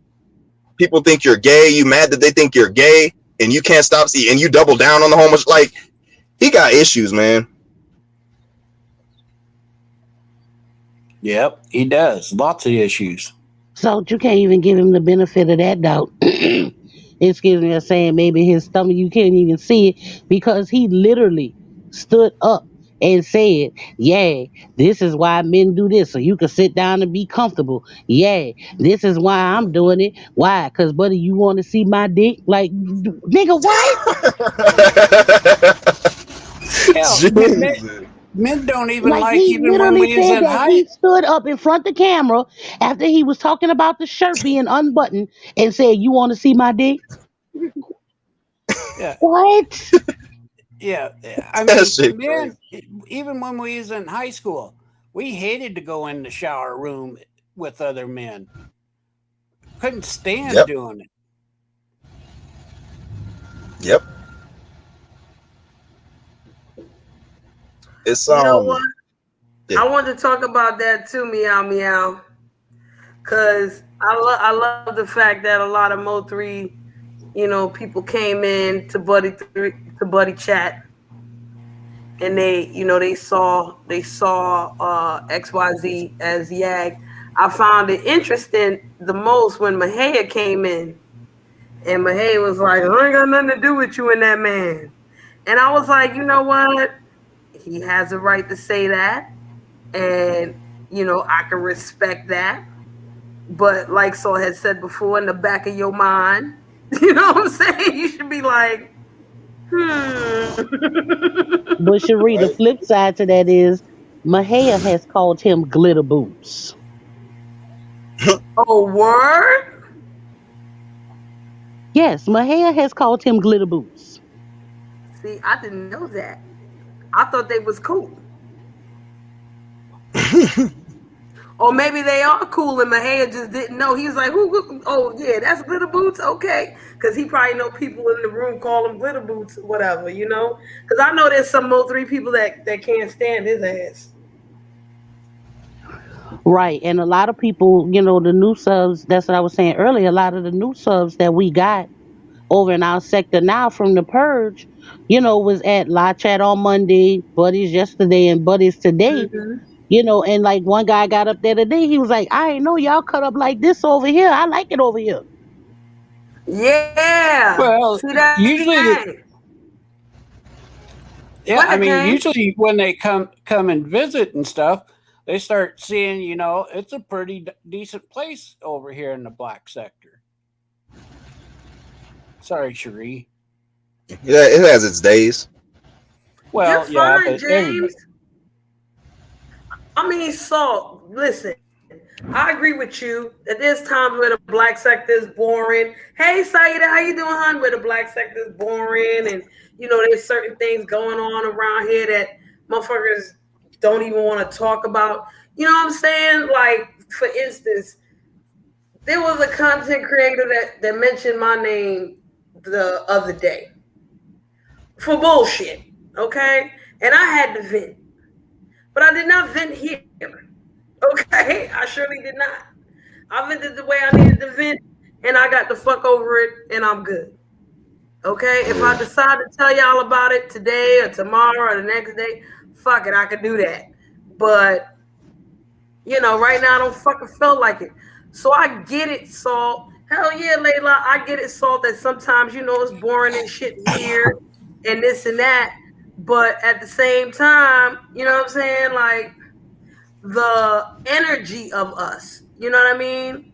The energy of the black sector is preceding what the fuck? You understand? You see what I'm trying to tell you? Yeah. You No, I also get it. have to Like look a at the fact reputation that precedes they're us, so even if we used to ain't got nothing always going something on. going on that to them is boring on our side, when in all actuality we've already been there and done that. Right. Facts. Facts. And we I, make I, That's our another own fun. thing. Our sector be lit for us the way that we like it because we've been there and done that. I Facts. was thinking like a few days ago, like the reason I think one of the main reasons this sector is, at least in my eyes, has gotten boring is because everybody over here has beefed with everybody. And now it's to the point where it's like everybody's either cool for the most part, or everybody, if you're not cool with somebody, y'all just don't speak on each other. And so it's like, to have come here from pretty much the beginning to see because Layla, I can tell you, like back in like 2013 when the sector started, it was just straight beef. Everybody, the sector was built on fucking acrimony. We all hated each other, and everybody was going at it with everybody. But now it's like you said, been there, done that. But their sectors are all still kind of beefing and going at it with each other. Negative. And so it's like, yeah. So now it's like, So and that's why somebody, what's up? No, could you finish your thought first, and I'm gonna add to it. Yeah, somebody had brought up recently, like, oh yeah, well, imagine if there was a sector war, and I was like, even if there was a sector war, what it's going to come down to is their dirtiest players versus our dirtiest players, and nobody plays dirtier than our dirtiest players. Put me and 3 other people on the job, and we're going to fucking win. It doesn't matter who it is. But yeah, go ahead. Ooh, I'm gonna wait. Go ahead, Layla, and then I want to say something right after that. Go ahead, La. Are you sure? Yes, ma'am. Okay, so as far as you were saying, so I've been actually running around, and I'm nosy and all in the other sectors, and I've made sure that I have taken a collective of recordings of these people saying that ain't shit going on in their sector neither. So that's what I'm talking about. It's a dry moment in everybody's sector. They just be wanting to talk shit about us because what I'm saying, they see what we got going on over here, and we actually are a more mature sector, to be honest with you. Yeah. I've been around, like, the B sector handle their shit the way that they handle it too. And they got a whole different, it's the LGBT added on to, the regular people and a lot of women over there and however they do it. But with the Mo3 sector, there's a lot of childish motherfuckers over there. They don't even understand panel etiquette. That's crazy. Even on their own show. Yeah, I agree. And what I wanted to add was, excuse me, they don't even know the level of trolls that we got here. You know what I'm saying? They'll see Lady La and Candy and Buddy Lee, and we know they the cream of the crop. But if you really was to put your, like, for instance, motherfuckers don't know Salt like that. They don't know he's one of the assassins up in here. And then today when Buddy Lee had his live, them people couldn't believe what the fuck Super Saiyan Jim was saying. They was like, who the fuck is Jim? Y'all condone this going on for a minute with us. And I'm sitting in the chat like, well, Jim is different. You know what I'm saying? Trying to explain Yeah, I see what you said. Who on the outside don't know that Yag owe Jim some head and $50? Okay, right. We all know this. Right, and Jim is a beast. Jim just and to me that's the thing with the black sector. We are way better at choosing our shit. We gonna choose the battles. Not all of us. And then not just that, they don't realize we sit back and we analyze stuff before we go at it. Mm-hmm. And even if we do fly off the handle, be like, fuck it, I'm going off right now. I don't give a fuck. Hey, we got enough practice. All right. not afraid to confront anything. Right. Because we already know what the fuck. But Right. another thing too about outside is even if somebody jump off the porch head first, we not gonna leave. Like I'm gonna say, Lot. If Lot jump off the porch head first, she got her people in the background that's gonna send her everything she need to back up everything that she jumping off saying off the porch. You know, you're not allowed to say that because they swear I be everywhere all at once, which I do. But them places that they be, nah, They swear don't nobody send me nothing, and I'll be like, bruh, only reason I'm not gonna show it. I mean, I can show you the message, but you ain't finna see who sent it. I'm not snitching on my intel. I don't give a fuck. Right, and I'm, not just you. That could be for you. That could be for Candy. That could be for. I'm gonna even say for Vic. Vic may jump off the porch, but somebody gonna send him something to be like, okay, this is what was said, so make sure you touch on this. I don't like him right now. Y'all know I don't give a damn. Motherfuckers But done I'm sent just me saying, shit on we're 80% not of gonna the people allow in the our people fucking just sector. to be out there floating and hanging, and then they gotta come back at some point and totally retract everything that they didn't say because they were completely wrong. Don't add Vic and shit. Vic do too much trolling. He's starting to troll his goddamn self. Every time we got an issue with somebody, this nigga run over there to their side. He getting on my damn nerves. He just has to get in the middle of it. And I'm like, Vic, get the fuck out the way. Right. And he has a tendency to fuck things up. Yeah. He has his moments. Yeah. I ain't fucking with it. I ain't fucking with it. Vic is in a... He jumping my way. I'm gonna trash his ass and them too now. I'm just over it. Well, because I mean, it's like... It's like weed. His short term sucks, but his long term game is phenomenal. Yeah. I could admit that Vic has won a couple wars by attrition, just slowly wearing the enemy down. I could give that to Vic. However, like you watch the nigga for long enough, like you just become numb to it. It's like, oh yeah, I wonder how long it's gonna be before I see Vic pop up on this person's panel. It's like I get it. Don't get me wrong, it's annoying as fuck, but at the same time, it's like, okay, if that's your thing, then that's your thing. Like it's not like he's going to stop doing it, you know. This man came back to join forces with ZX to go after Beasley. Listen, that flip flopping fucker. That's what I'm gonna say. Okay. He really did that shit. Oh, yeah, they was on the panel. I was looking at this shit like, what? What the fuck is happening right now? He was sucking a whole lot of balls and dick. Yes. I was really surprised about how Beasley came I never would have thought he'd have been on a panel with ZX being cool with him. Not after the shit that ZX said about his mama and did all this extra shit to him. See, that's one thing I can't take. And whoever want to be mad at me saying this, y'all can be mad. I can't take motherfuckers that's like, oh, let's team up with the most evil ass motherfuckers to get at this other motherfucker. And then you mad when these evil motherfuckers that you team up with snake your ass. Right, because this gonna happen. They gonna end up arguing again.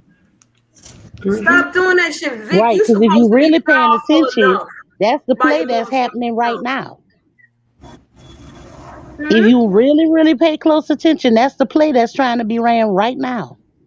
And see, that's the reason why I be like, Vic, you got to be playing a long troll game, because I have a feeling that Vic knows in the short run this shit that he does don't make no fucking sense half the time. Sweet, that man float with the wind. Yeah, he didn't even give Paris a chance to do anything for him to immediately be like, well, let me link up with XYZ against motherfucking Paris. And I'm not saying Beasley name for a reason. He want to call himself Paris. Huh?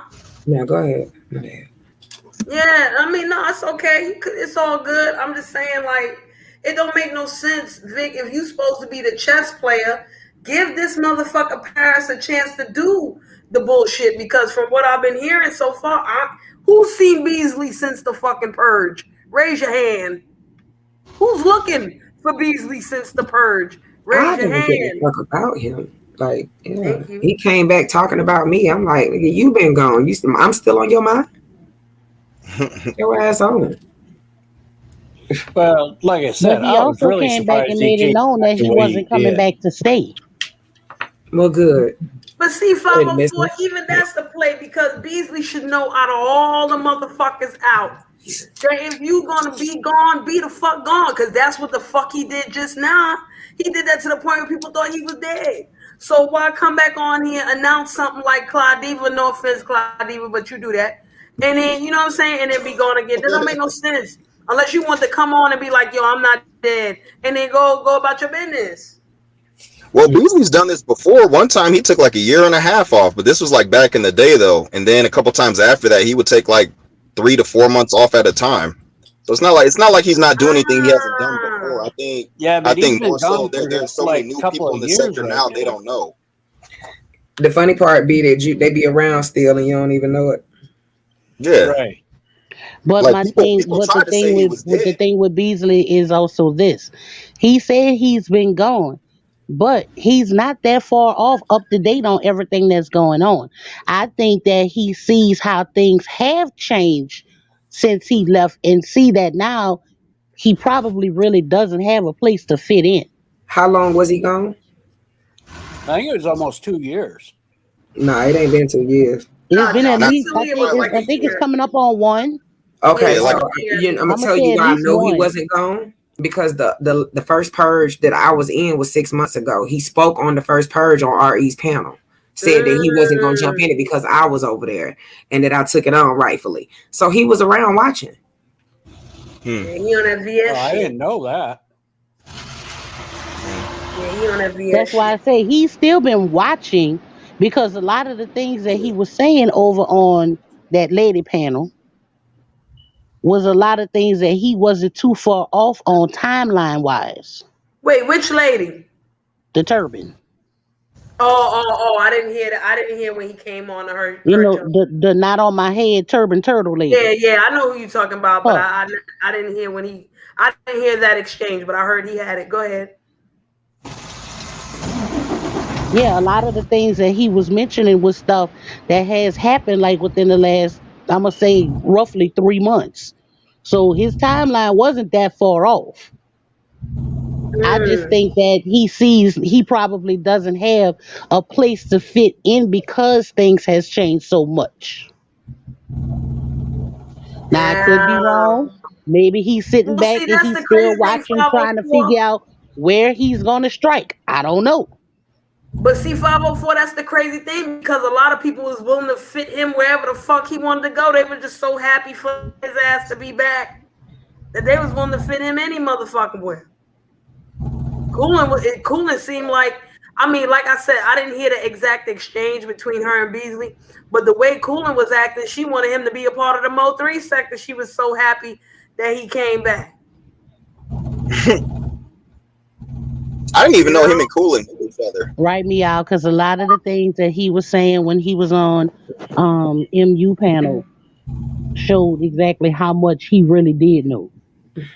Yeah, see, I didn't listen to her neither. I only heard when he was on RE's panel. I was there for that.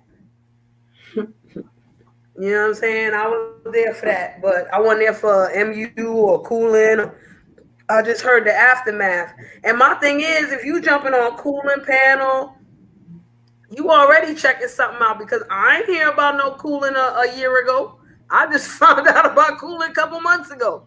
Right, like of all places that, the first panel that people know that you have hit was hers and not somebody in your own sector. Why was that? I heard he hit 3 panels and he was at 6 shows. I know of 5 of them. So that was the crazy. But I said, damn, he done did a whole YouTube tour. Okay. Well, apparently, Meow, he had a whole, he had feelings on MU before he left, apparently. You know what I mean? So he was defending her pretty heavy when he interviewed her. Okay, there you go, James. It's more to that story, but it ain't gonna come out unless he decide he want to come over here and play around. Right.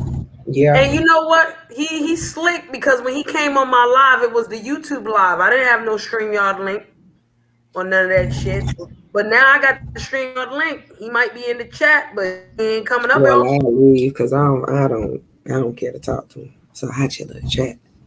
Oh, okay. He probably will hit the links. I I didn't just listen I to don't have. none of the places where he was in its entirety. I just peeked in and listened for a little while and then dipped out. But yeah, And you know what? Like I wanted to do, because this kind of goes back on what I was saying, vaguely. You know what I'm saying? Like, everybody got their opinion and shit. Everybody got to feel how they feel. If you was involved, if you wasn't involved in somebody's situation or whatever the fuck it is. But me, I'm a person. I decide whether I'm gonna involve myself in somebody else's beef. And if you understand that this is somebody else's beef and it ain't got nothing to fuck to do with you want to really not try to put motherfuckers in it, but it is hard to do. You know what I'm saying? Because you trying to, you know what I'm saying? It's different if you trying to talk about a timeline. Okay, this is a situation that happened a year ago, and I got to mention 504 for that. So I ain't talking about 504 no way, and I'm just using examples here. But now, I'm just gonna speculate on some shit, and I got beef with Salt, and I'm just gonna mention James in the motherfucker.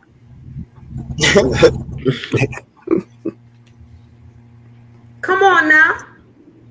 It's hard not to join into someone's beef if you real cool with them. Like if you real cool with somebody and it's like this, like where I'm from, it's California. This is the land of if you got beef with my homie, you got beef with me. The only reason I had ever even stopped, like as far as whenever people will bring it up defending Chucky on certain shit, was because he said, bro, you don't need to do that shit, I got this. So I said, okay, fuck it. But other than that, it's like I can understand if you're real cool with somebody and you just feel the need to kind of hop into the beef a little bit. It's like, no, it's my homeboy, it's my homegirl, so no, I'm gonna tear your ass up. That's just the way it is.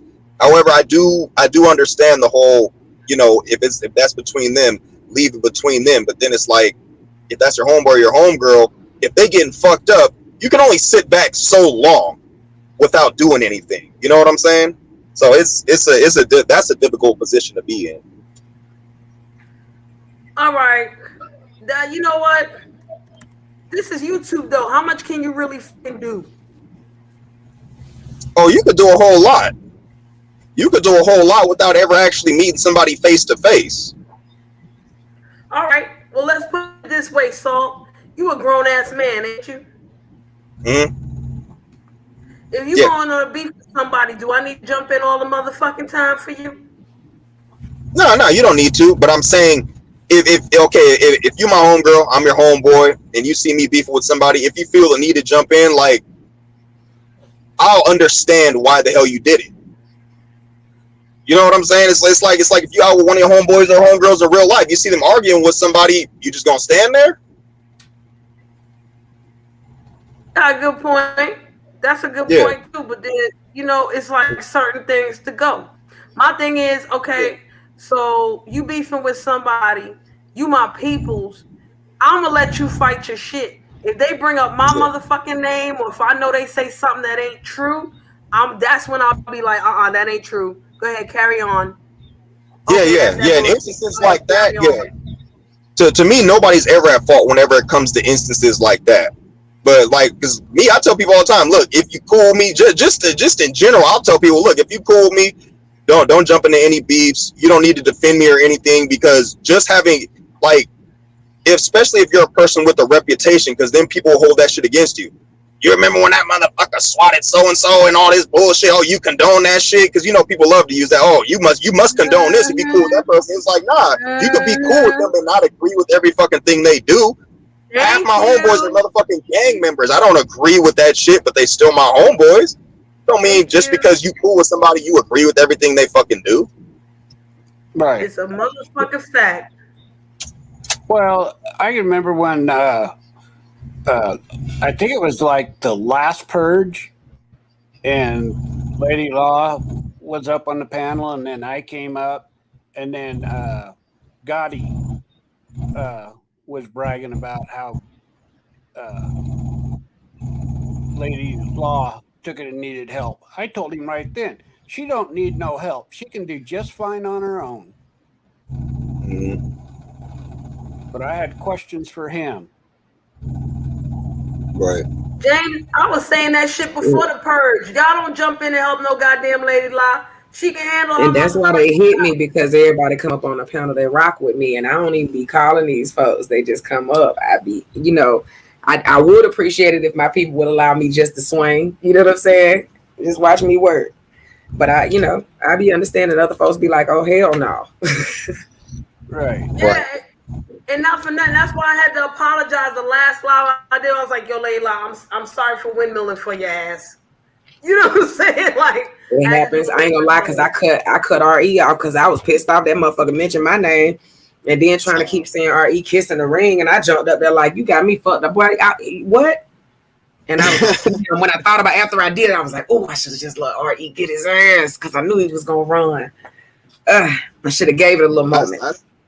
I seen people typing that shit in the chat like 2 weeks ago, already kissing the ring, and I was like, somebody, I don't know which one of them ain't gonna like it, and some people will eventually say that on a panel.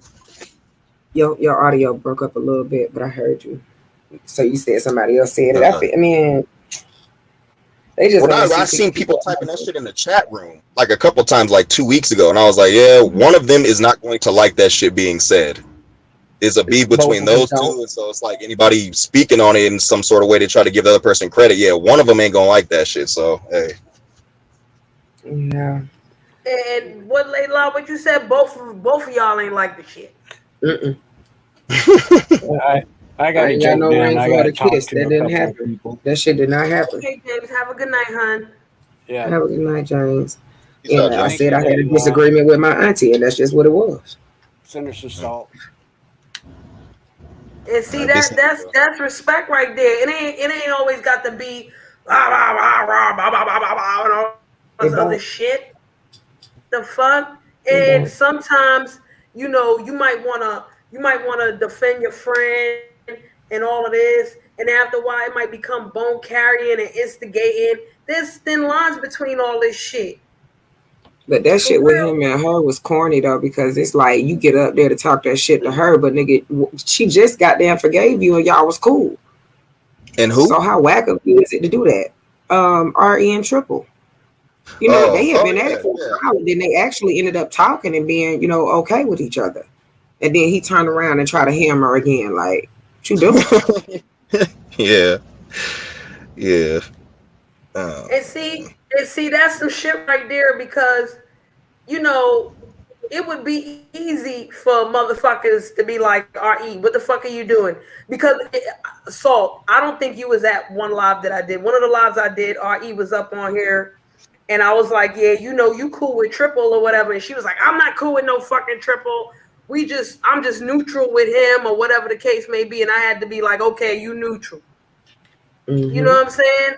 I wasn't going to tell RE what the fuck was you doing with that nigga anyway. Like, the fuck?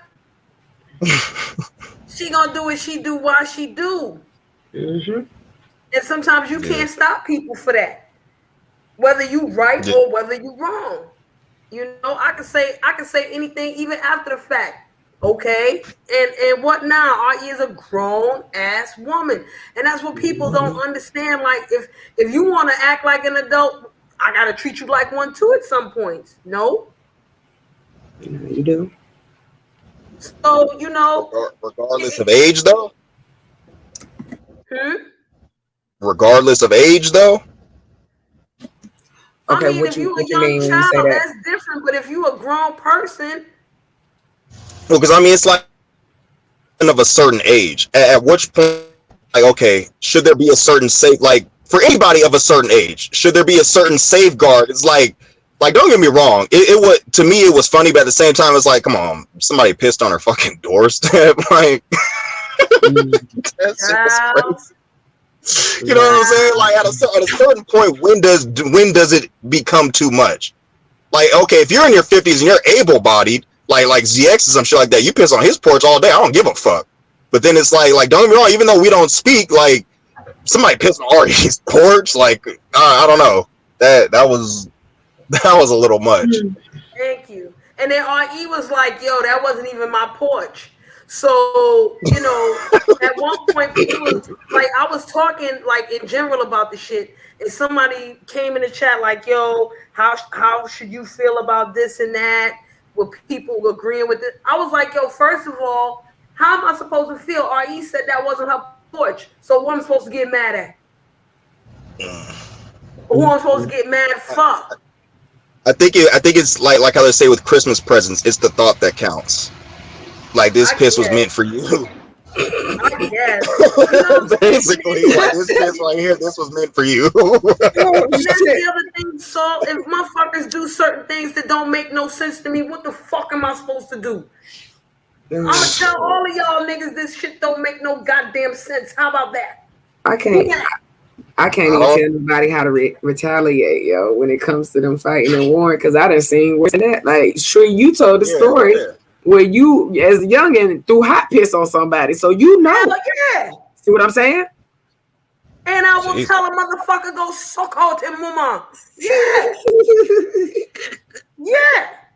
So I can't tell people certain things is wrong and certain things is right. I've been said that shit. Hell, I told Classic Lights in the motherfucking chat certain things about go sucking out him, mama. And I don't blame him for never speaking to me again, because I know what I said was fucked up as hell. But this is why I didn't do no purge, because I'll just curse a nigga straight out. I ain't no roast. I'll just tell you all kinds of shit. As much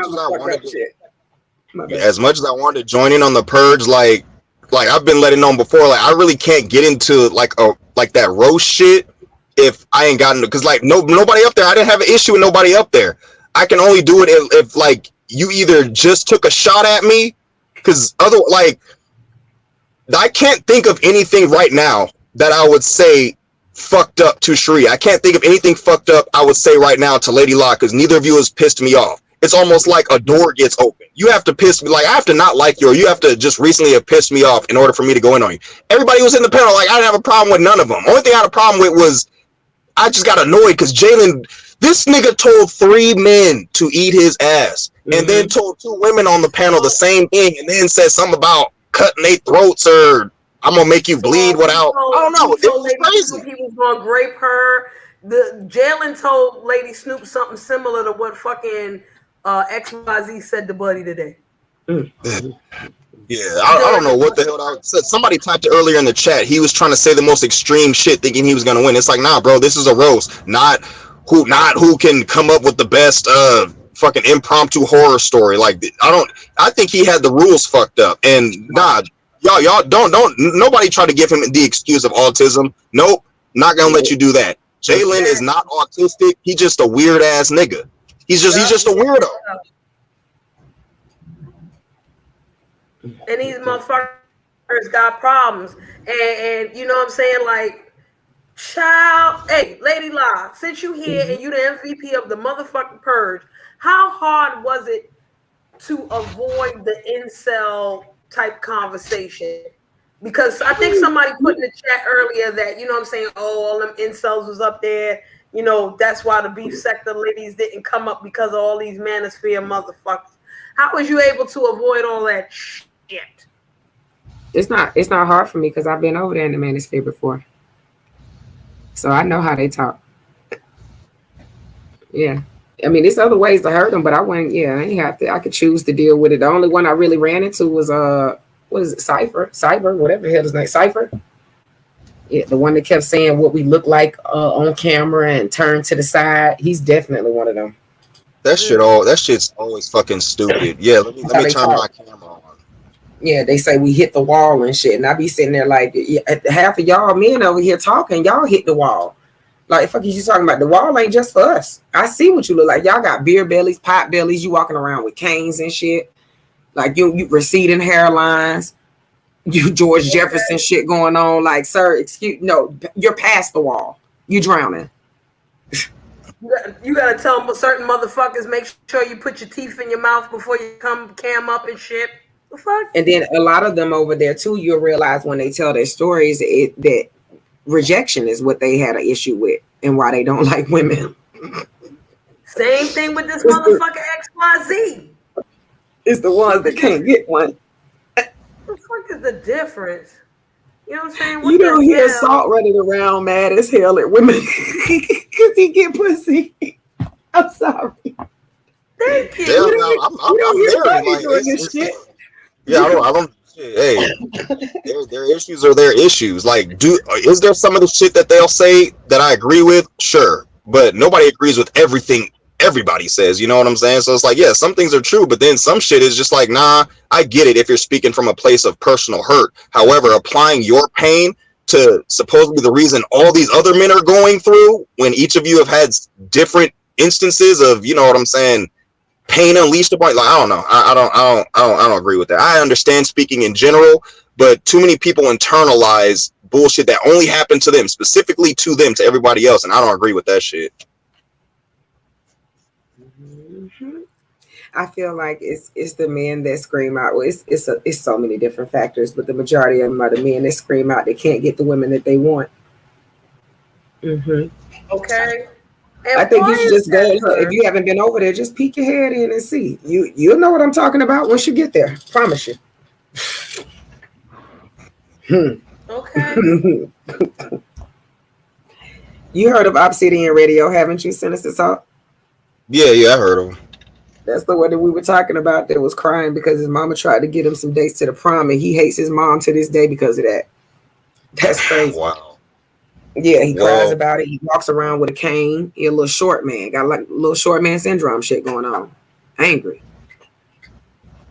this is what I'm talking about. Like, niggas in their 30s, 40s, and 50s and shit who behave a certain way when it comes to women. It's like, it's gotten to the point to where it's like I could almost just point them out easily without them even talking. It's like, yeah, you didn't get the girls you wanted growing up. When you got to high school and everybody was having sex, all the girls you wanted to fuck did not want to fuck you. So what did you do? You grew up, got a job, got a little bit of money, got your own place, and finally developed some confidence. Now you're trying to get all the girls you want to get. And some of these dudes, and it's crazy because there's married dudes in a lot of these sectors still trying to do that. It's like, yeah, let's just call it filling your quota. You did not fill your quota. You're married right now, and you're still trying to make up for it. At a certain point, yeah, not all of it is insecurity, but yeah, some of it is just plain insecurity. You need to constantly seek validation by saying, oh yeah, I'm married, but let me see if I can get this other girl to like me. Oh, I got her to like me. I'm validated once again. But the thing is, it's like, I always forget which one is it, dopamine or serotonin, whichever one lasts the shortest amount of time. It's like, yeah, it doesn't last that long. So it's like, yeah, that's your insecurity kicking in. You motherfucking 40 years old, you got a woman, but you still trying to fuck other women that you met online. You like that she's throwing you some motherfucking what they be, the squirting emoji and shit. That's weird shit. That's beta nigga shit. That's you didn't get to fuck the bitches you wanted to fuck 20 years ago type of shit. Dead ass. It was like, and who knows for whatever reason it was. You had a weird personality. You weren't cute enough. They heard you had a little dick. Whatever. It had to have been something, and you think that you fixed that problem now, and it's like, nah, you're gonna be like this for the rest of your life until you can't get hard no more. And even then, you still gonna be trying to pursue motherfuckers online and catfishing then. Facts. I think my baby daddy would be he'll do just fine over there with the incels. Okay. I got He'll do just fine over with there, the man. incels in real life. Like, come on now. Listen, he's part of the I hate my baby mama crew. I'm like, I don't even know why you don't hate me. I don't bother that dude. Like, you don't get no phone calls from me. I ain't cussing you out. You call me acting like the baby mama. He not on child support. I ain't asking for shit. I don't care. Live your life. But even then, what's fucked up about it, because there's a lot of people out there who still don't even know what incel means. Involuntarily celibate. Even now, like, answer truthfully, Lady La. If you call that nigga up right now, like, look, if you come over here, I'm gonna give you some pussy. Would he come? Yeah. Yeah, that's incel nigga shit. And I've been trying to do this thing where I don't get mad when I'm speaking on stupid motherfuckers, but it's like people do and say a whole bunch of shit. I'm a part of the I hate my baby mama crew. But if she said you could fuck right now, you would still go and fuck her? Like, don't get me wrong, I've hate fucked a few women in my life, but not to where it's like fucking you going around telling motherfuckers you hate her, but if she was still willing to give you the pussy, oh yeah, nah, you'd still go over there. But what would you do? You would just keep it on the low. You wouldn't tell nobody, or you would make up a lie and say, yeah, she still want me, but I don't want to be with her. Nah, bro, that shit is weird, man. It is. It really is. I'm gonna tell you right now, XYZ is gonna have a hard time in the Mo3 sector if that's the case, because these Mo3 men, they tend to turn cyber pussy into real pussy. Okay? And XYZ, you can't do that. All right? You cannot turn cyber pussy into real pussy. The most you could do is get some pictures and then put them out. Listen, so he's gonna want to be the top dog over there. He's gonna want to be the top dog. You know, at some point, I think they were saying that he was like him and was it Not On My Watch were the two top dogs in the Mo3 sector. That's what he's going for, so he could say he the king of the Mo3 sector. Bet. Well, Lady Law, how he gonna be the king of the Mo3 sector? He don't get no pussy. My hair get pussy, and homegirl sitting in his chat. The motherfucker with this other cat named Cam, he gets cyber pussy and turn it into real life pussy. Half them motherfuckers get cyber pussy and can throw it up in the air and it turn like Sunshine from Harlem Nights into real fucking pussy. That nigga can't do that. So what he gonna be the king of at the Mo3 sector? Ping pong? The fuck? I don't know. I don't know about y'all, but if a nigga came to our sector, is not getting no fucking pussy, it's like, bro, you can't even. There's too much shit out there about him. Like, dude, you got pictures floating around out there with your leg up in the air. You got your shirt all unbuttoned from the bottom and shit. You got dirty dishes sitting next to your bed, all type of shit. He done had lives where his teeth done fallen out. It's like why are you still trying to get pussy online when you've been exposed so much online and you're staying in the places where you've been exposed the most? Can't no nigga come to this sector who women simply don't desire. Number one, and number two, he's clearly a fucking sissy. I can't say no nigga like that is the king of the fucking sector. Oh yeah, homeboy, and all the fucking Mo3 girls in the world can hold up they titties on your motherfucking panel. That don't mean they gonna fuck. They will not fuck you, her. They will go find Mr. Skull and fuck you before anything. Okay. You know what I heard? I heard that he's the king. Oh, go ahead. Well, I just want that because I feel like this is really important. So he had women up on his panel. They was holding their titties up on his panel. What did you say? Yeah. Wasn't that on his panel, Lady Law, with the girl hold up her droopy titty? Nope. That wasn't on his panel? Where was that at? He didn't get that much action. It was on Coolin's panel. That's why I said shout out to Coolin. See, motherfucker. And I thought it was on his fucking panel. He can't even get a bitch to get fucking show the titties on his motherfucking panel. How Coolin get more titties on her panel than you could get on your panel, my nigga? Like, ain't that supposed to be your people, sir? But he done had it too. Remember the cover up has been up there. Remember, because he wasn't using string guards. So Buddy done seen some shit too. He the only one that can't get it like that. And then those that he did get, he messed that up because he went and exposed them. And I say thank you. And T Black made a great point. Hold on, let me see what he put. He put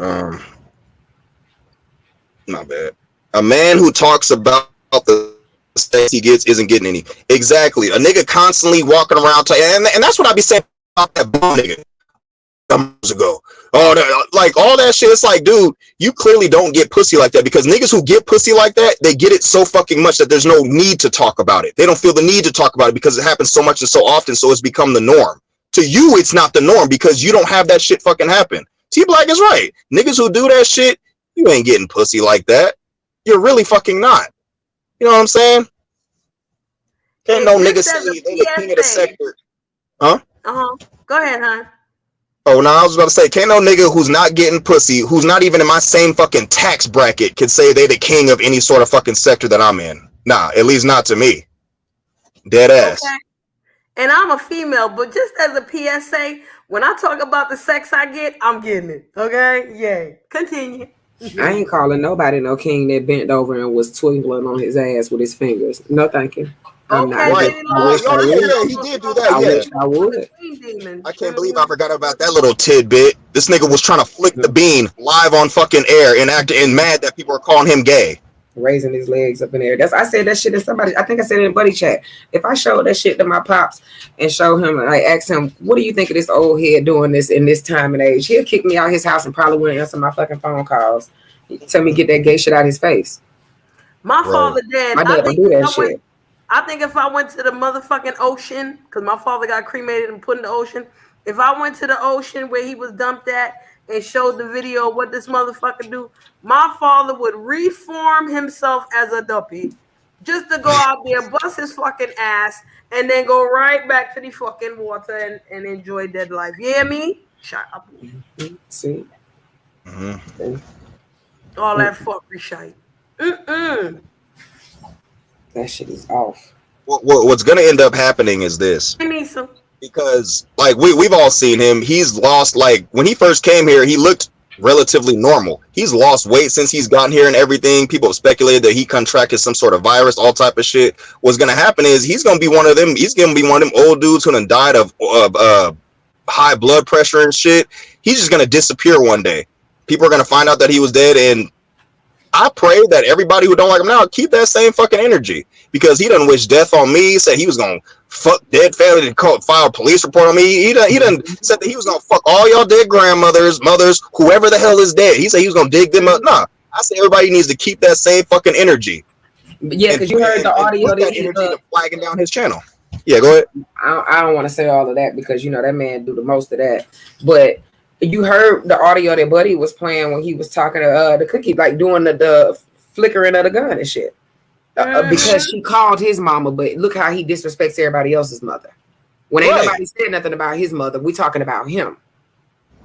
And that's the thing, though. He'll jump immediately to someone's family member. If I've seen dozens of people make an attack on him, his character, his looks, whatever. He will immediately attack their fucking mother, their family members, and I'm just like, dude, don't get mad when somebody done called your mom. It's like you start off attacking someone's family member, they attack yours, you go back and forth with the words. Eventually, somebody's gonna get tired of doing the same thing over and over. So what are they gonna do? Step it up. Because that's what revenge is all about. Do something, let me do something back to you, except let me do it worse so you know not to do this shit again to me. I told he better not come on here and say his mama passed away because I'm going. No! I said 2 years ago what the fuck I was gonna do, and I'll say it again. When ZX's mom passes away, I'm gonna get his phone number and I'm gonna call him every fucking day for 2 weeks straight and ask for Joyce. I'm gonna ask this bitch is dead. Period. I'm saying it again today. I'm dead ass. I ain't forgot. Because because remember, it was funny when he said he was gonna dig up so and so's dead grandmother and all that shit. It was funny when he did that to his little crowd, so it better be funny when I do this shit. It better be funny. Oh, I'm gonna laugh my ass off. I'm gonna screen record and everything. It's gonna be funny as hell. Hold on, so I'm thoroughly going to enjoy that. Meow meow. He is not the only one that will respond to everything. What's up, Joe? Forgot to say what's up to you. He's not the only one out here that will respond to everything. There are other people out here that will respond to every little fucking thing. Okay? And take it some way. He's impulsive. He's impulsive. He moves too quick. He'll jump out the window just like that. But one thing too, when you try to make sense to him, like he kept saying, I smash your mama. When they say here, I smash your mama. I fuck church mama dead or whatever. I dig that bitch up, all this other stuff, right? And when you talk to him and you say, yo, that's necrophilia, no, it ain't. No, yes, that is. Yes, that is necrophilia. Once you clear that up, right, then I also let him know, just because you're saying that you're going to smash a woman does not mean that you are still not a yag. There are yags out there that smash women and men. Let's be clear. We in a whole new. It don't make sense to him though. That's why he can't argue that with us. He don't want it to make sense. When you come at him with the technicalities of what it is he's saying and bring actual logic to it, then it turns into the situation that a lot of people around this motherfucker like to do. It's okay when I do it, but it ain't okay when you do it. Right. It turns into that. And it's like, dude, you at 50 really shouldn't be playing that game. Somebody in their 20s, I could understand. But you in your fucking 50s, you've been around a lot longer than a lot of us, and you gonna play that fucking game? You'll hear the sister phrase too. Well, this motherfucker's doing it, so why Why you ain't saying nothing about them? Mm-hmm. No, it's your turn, motherfucker. We talking about Right. you today. We get to them tomorrow. If we Mm-hmm. fucking That's feel like it. that's fucking deflection every time. That's anybody, but he especially be doing that shit. That's deflection like a motherfucker. I tell you what I peeped too. The more he run back to Jay Wilson, that shit get exposed too. Like, cause I thought you was dragging a man that said that you didn't like his kind and reading the Bible to him, but then you keep popping back up around him and wanting to get on his panel. I don't know, like I would just love that. They playing pinochle. I don't know. Go ahead. I would just love to ask him because I've been asking a couple dumbass motherfuckers this shit lately in the sector. It's like all the shit that like count up all your donations that you've ever received, and then look at all the bullshit you've actually had to go through while you spend all this time doing all this fuck shit online. Which weighs more? Because I'm a Libra. We all about balance. Which one of those things weighs more? Which one is more important? Which one weighs more? Is all the bullshit that you done went through worth it? You done been found out to be a sissy. People done seen that you ain't paid your taxes. You're dirty. You ain't got no teeth. You done crashed your car. You got motherfuckers flying drones around your house, dropping off diapers, showing up to where you got to go outside and pull a gun out on them. Has all that shit actually been worth it? Have you gotten so many donations that all that has been worth this? Like, come on, man. Like, no, the attention is what's priceless. So, I guess that attention is a currency that just can't be beat. Because you're right, all the cash app in the world ain't gonna make me do most, like maybe 90% of this shit. So it got to be attention, right? Got to be. Right. And personally, y'all, I feel the only reason why he's dealing with Jay Wilson is because somehow Jay Wilson reminds him of Beasley, and he feels like when he messes up with one person, he'll try to make it back up, and then when that person fails him for whatever, he'll go against their ass too.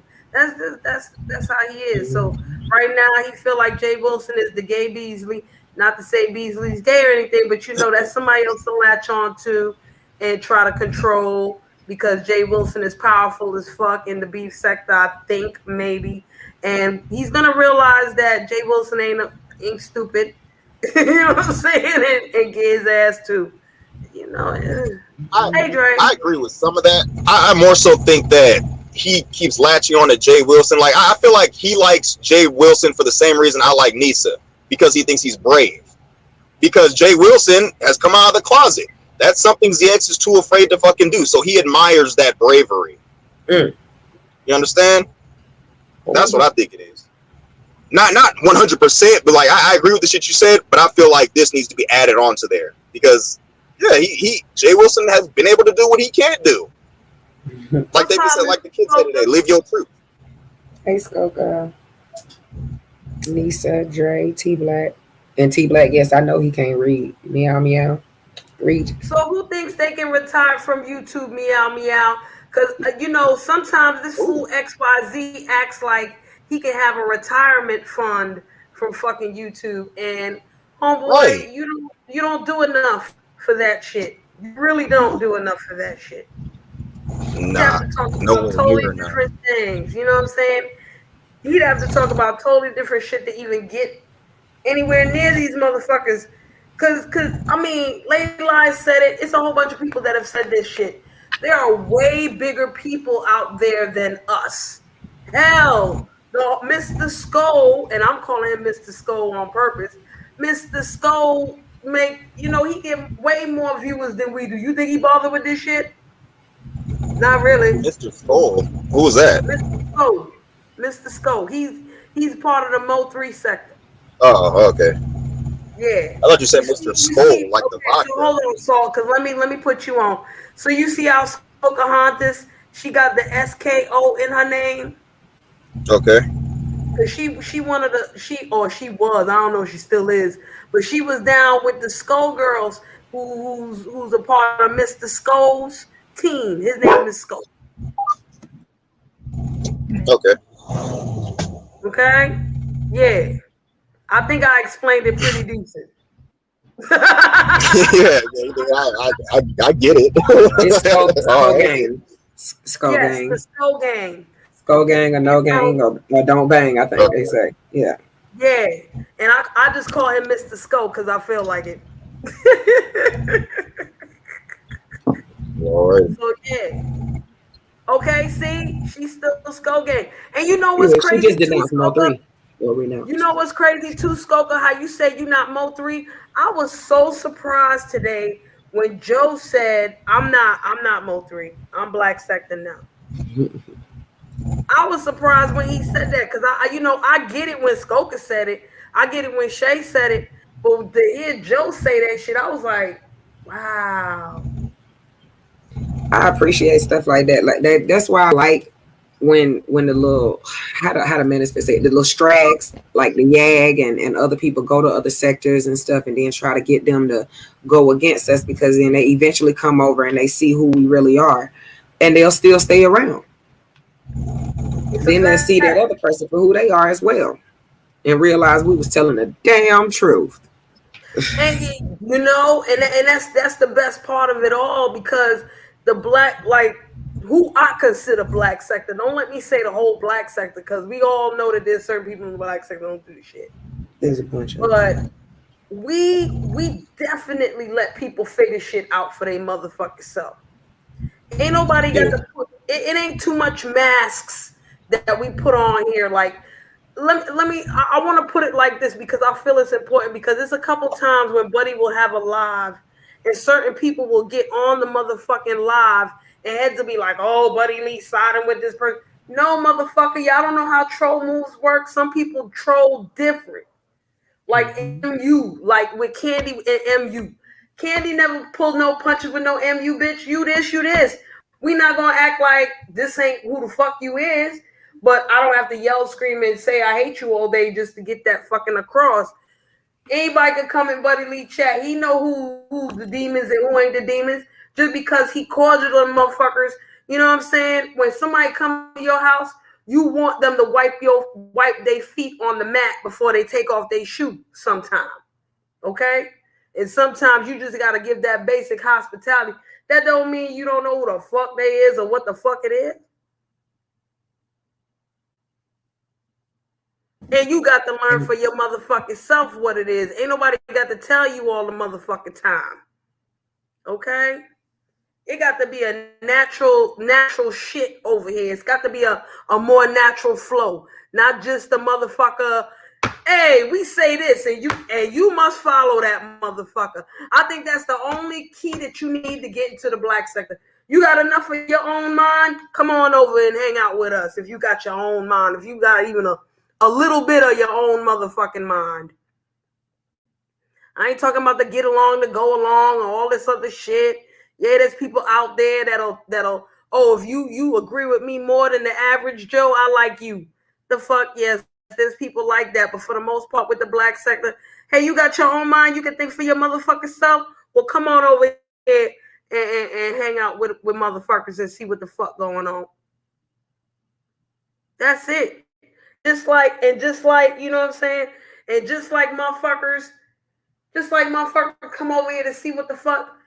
Come on, man. We gonna be our motherfucking self. Even if you think my motherfucking self ain't the winner, I'ma stay consistent in who the fuck I be. I don't got to tell you I like you all the fucking time. I ain't got to tell you I hate you all the time either. I don't hate no damn body. I don't kiss ass. I don't like it. I'm not the winner. Because I'd rather look at my own ass and I can't kiss my own ass. So if I can't kiss my ass, I ain't kissing your ass. Okay? I'd rather kiss my own ass. Because my ass look good. Okay? Shit. Sheree, what the fuck are you talking about? My ass, huh? come back down, Sheree. Come back down. Oh. Yeah, I get where you're going with it. What the fuck are you talking about? I was listening to this shit. Like, what the fuck is you going with this? Oh, shit. Oh, okay. Okay, I'm back. You know, Look, people off in the chat, I was lost. I was on one because you know sometimes when you're high, want to trickle down a little bit. You got to get that little extra. Be like, yeah. Oh, okay. Yeah, I'm back now. All right. I get where you was going with it though. I feel like there's more people in our sector. From what I've seen from the other sectors, there's more people in our sector. Even though I feel like people could do better with it, there's more people in our sector who will tell it for the way it is instead of the way they would actually like it to be. Because motherfuckers love bringing receipts and telling it just how it is. Because it's like you're not gonna get anywhere if, I don't know, people just be on some bullshit. If you tell it how it is, it's easier to move through an issue that clearly wasn't even like the whole thing with the whole when I was supposed to fight John Columinati. He thought I called him Goofy, and we was really gonna fight. Like I was really trying to meet up with the nigga, but it turned out Magnum, when he had the word sinister in his name, Magnum was the one who said some shit about him. But you know, we talked about it, and I was like, nah, dude, it wasn't me. But I told him, I was like, look, if you really still feeling salty about it, we can meet up and we can fight. If you're trying to do that, I'm down. If not, I ain't tripping. He was like, fuck it, bro. We don't need to do that shit. And I was like, all right, it's cool. All that just from talking. Because before then, the most I'd ever said to him was what's up, maybe twice. And so, you know what I'm saying? Like, I feel like more people should do that. It's like, talk things out with people and actually talk it out. Not, oh, let me try to be in a position to where it looks like I'm winning this conversation or winning this argument. It's like, nah, dude, like if you actually want to get through something, really talk about it. Don't try to look for little excuses to take little jabs and shit, because it's stupid. That's what you just said, if they want to, and that's how you know they don't want to. Like people that try to avoid those conversations where there is an issue, they don't want to. They want to keep it going. They want to keep it going, because then, you know, at the end of this conversation, if you don't leave or I don't leave, there's going to be some type of resolution. Either we're not going to deal with each other, we're going to say we're not going to talk about each other no more, or you want to keep it going. Yep, I agree. And that shit is possible, y'all. Don't people sit there and think, oh well, y'all just can't like mutually agree not to fuck with each other no more. That shit is possible in a motherfucker, man. It is. It is. Mm-hmm. And if two people decide they really want to do that, then just do it. That's another thing. Like on trifecta shit, if you're gonna do something, fucking do it. Don't announce the motherfucker and then do the fucking total opposite. I'm kind of getting sick of that. Right. If you don't want to be on YouTube no more, don't be on no motherfucking YouTube. God damn it. Hey, Aaron, welcome. If you don't, you know what I'm saying? And that's another thing. This is for anybody who fucking does that shit. You see, like, this ain't no shot at her. I ain't really got no issue with the lady, but it's like, because we've seen Clyde Diva do that shit 100 times in the span of a month. If you say you're going to leave the sector or quit YouTube or whatever, like, actually do it. I get it. Oh yeah, we're all grown and we could do whatever we want and shit. But it's like after a while, saying you're gonna do something and then not doing it, and then you do that same shit a whole bunch of times, it causes you to lose credibility with people. It's gonna let them know, okay, you're full of shit. Yeah, you can do whatever you want, but it seems like what you want to do is just be full of shit. Ghetto Intellect threatened to beat up how many people and he ain't fought a single person? Mm-hmm. Come on, man. You said you was leaving the sector. This nigga made a whole community post talking about how he leaving the sector and shitty gang may hurt his feelings and shit. Next, you know, his ass was back on Misunderstood's panel 2 weeks ago asking questions about what's going on with Buddy Lee and some lady named Diving and all that shit. And I'm just like, dude, you say you're leaving the sector. Why are you coming back? Hopping on, it'll be different. Kind of different if he had typed it into a chat room because he's just being a, you know, little nosy Nancy, but you actually hopped up onto a panel. And I said out loud, I said, probably not a good idea to talk about that. It's going to come off as messy. It got talked about anyway. And I was like, all right, well, this is why people say, look, you was being messy when you did this. There was no reason to bring this up. There was no reason to talk about this. And that's how a lot of problems started. It was like, dude, for what reason did you need to know what was going on? Are you mad at this person and you want to see if they're getting fucked up so you can laugh about it? Because if that's the case, just say that's what it is. Otherwise, people are just going to assume that that's what it is, but know that you're too coward to say it. Mm-hmm. Yep. Facts. You know what, Aaron? Integrity on these YouTube streets is a tricky thing. All right. I can say that now because a lot of times you might hold your integrity based on somebody's bullshit.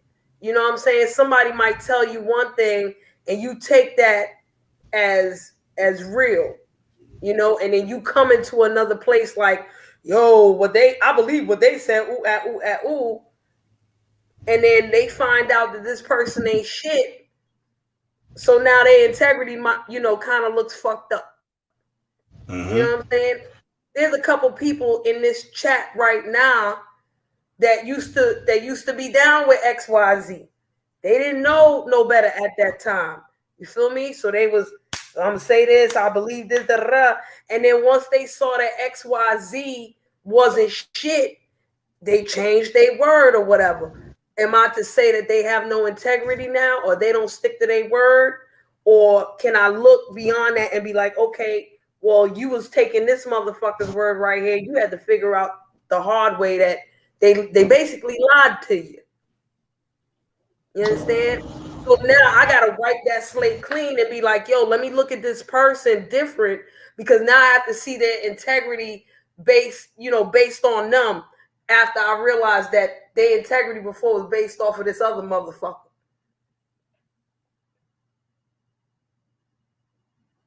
I know I went around the world with that, but y'all get what the fuck I'm saying. Nah, you good. I got it. Yeah, I get it. That's why I keep telling y'all, selective outrage is a fucking two-way street. I have to be selective with my motherfucking shit. I'm not believing every motherfucker.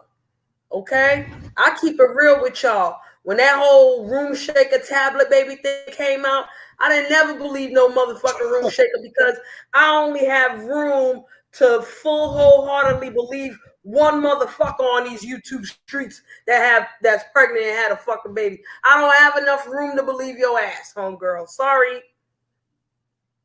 How about that? I don't. Shit. Feel me? Yeah. And people who feel did like believe her, go ahead, Saul. No, go ahead. I didn't want to interrupt.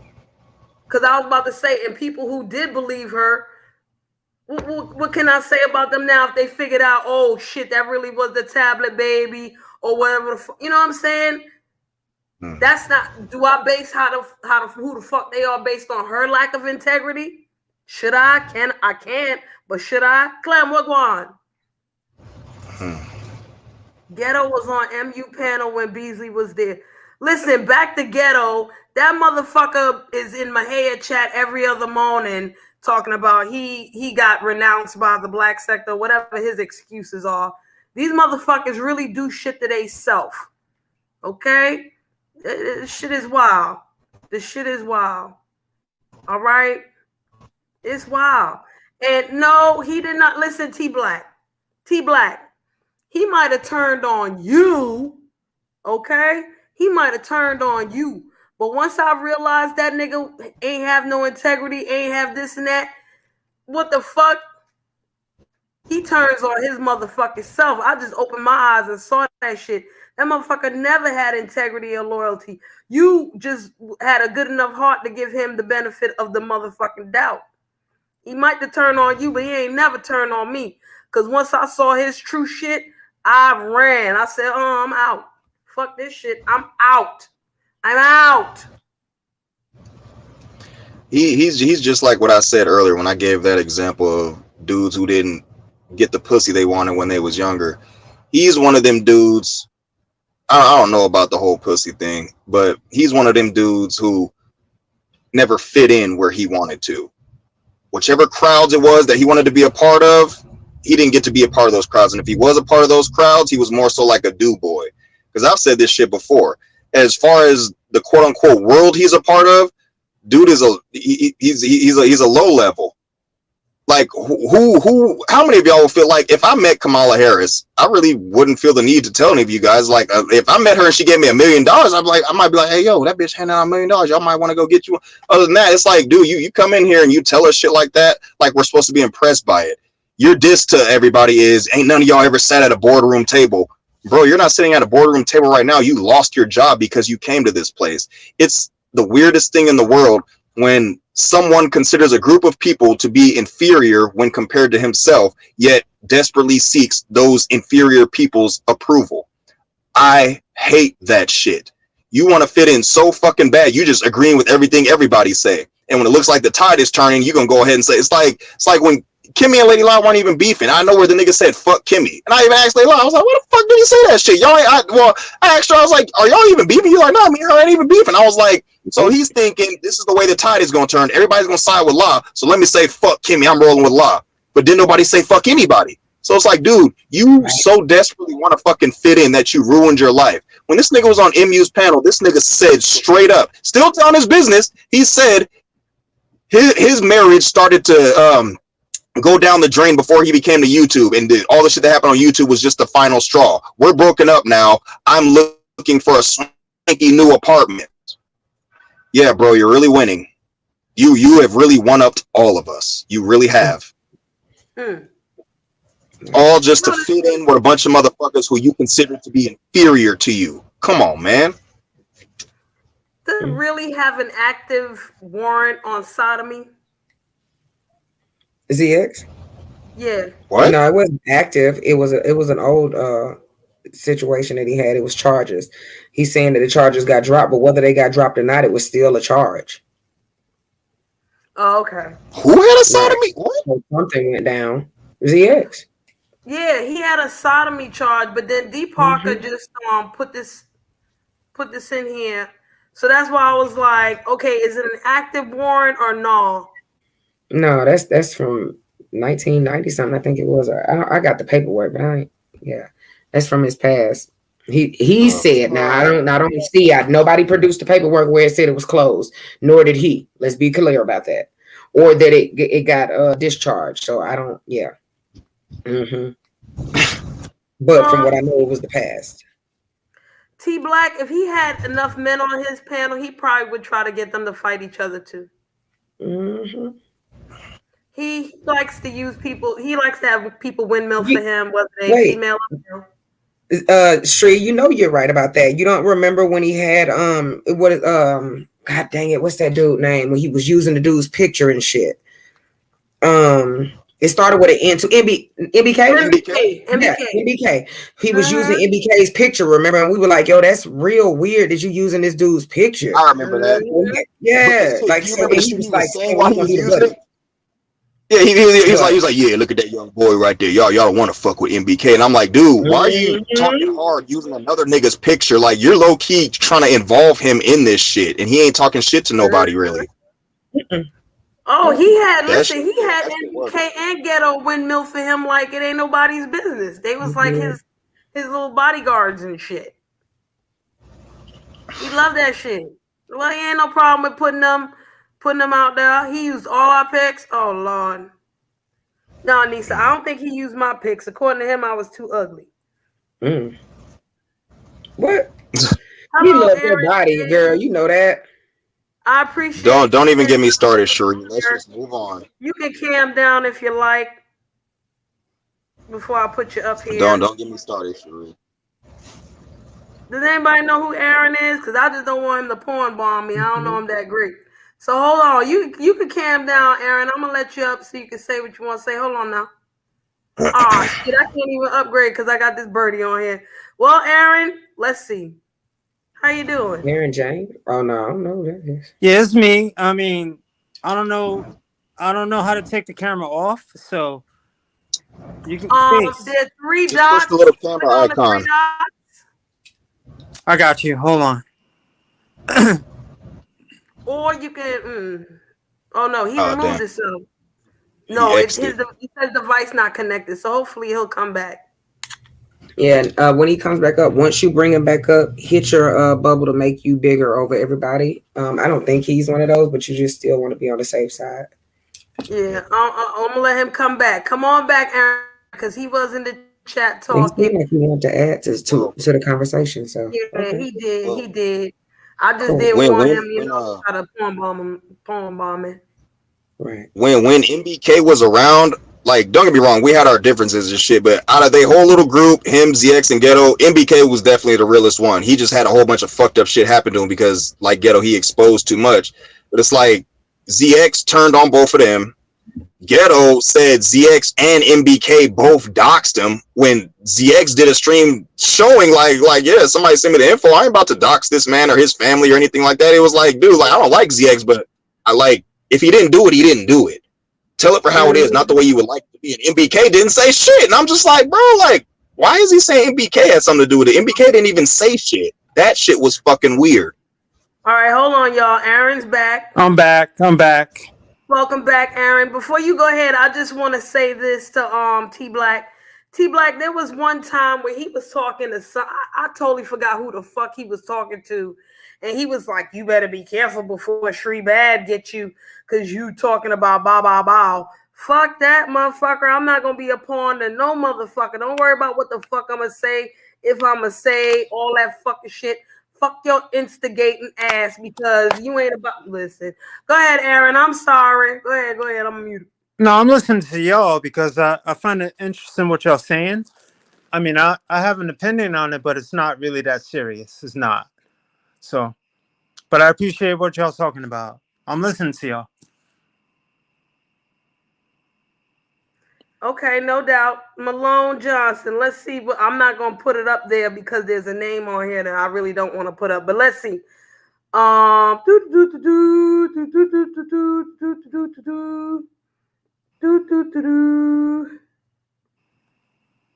that how it happened? Is that the right name to put in there, Malone? I don't know. I think you got the wrong name in there. Because Ghetto resigned. He caused that whole situation, according to him, because he supposedly threatened somebody who may or may not have a husband. Okay? Yeah. So I'm not exactly sure what you're saying. But yeah,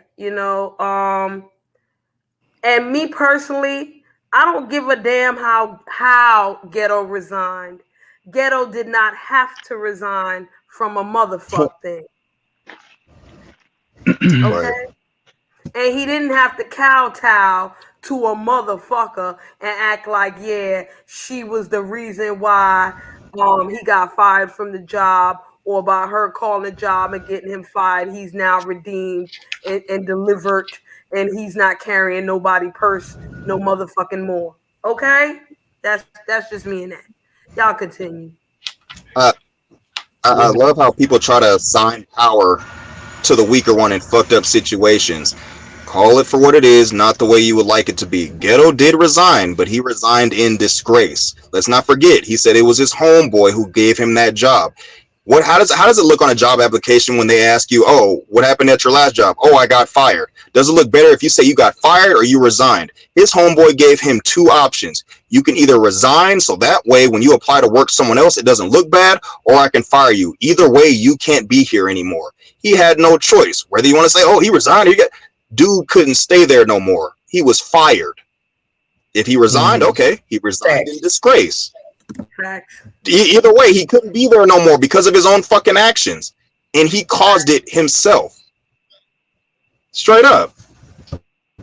Oh, like the nigga still had power. No, he quit that job. He said, fuck that job. The nigga resigned in disgrace, because if he didn't resign, they was gonna fire his ass. It looks better on your next job if it shows that you left instead of getting fucking fired. Keep it real. Mm-hmm.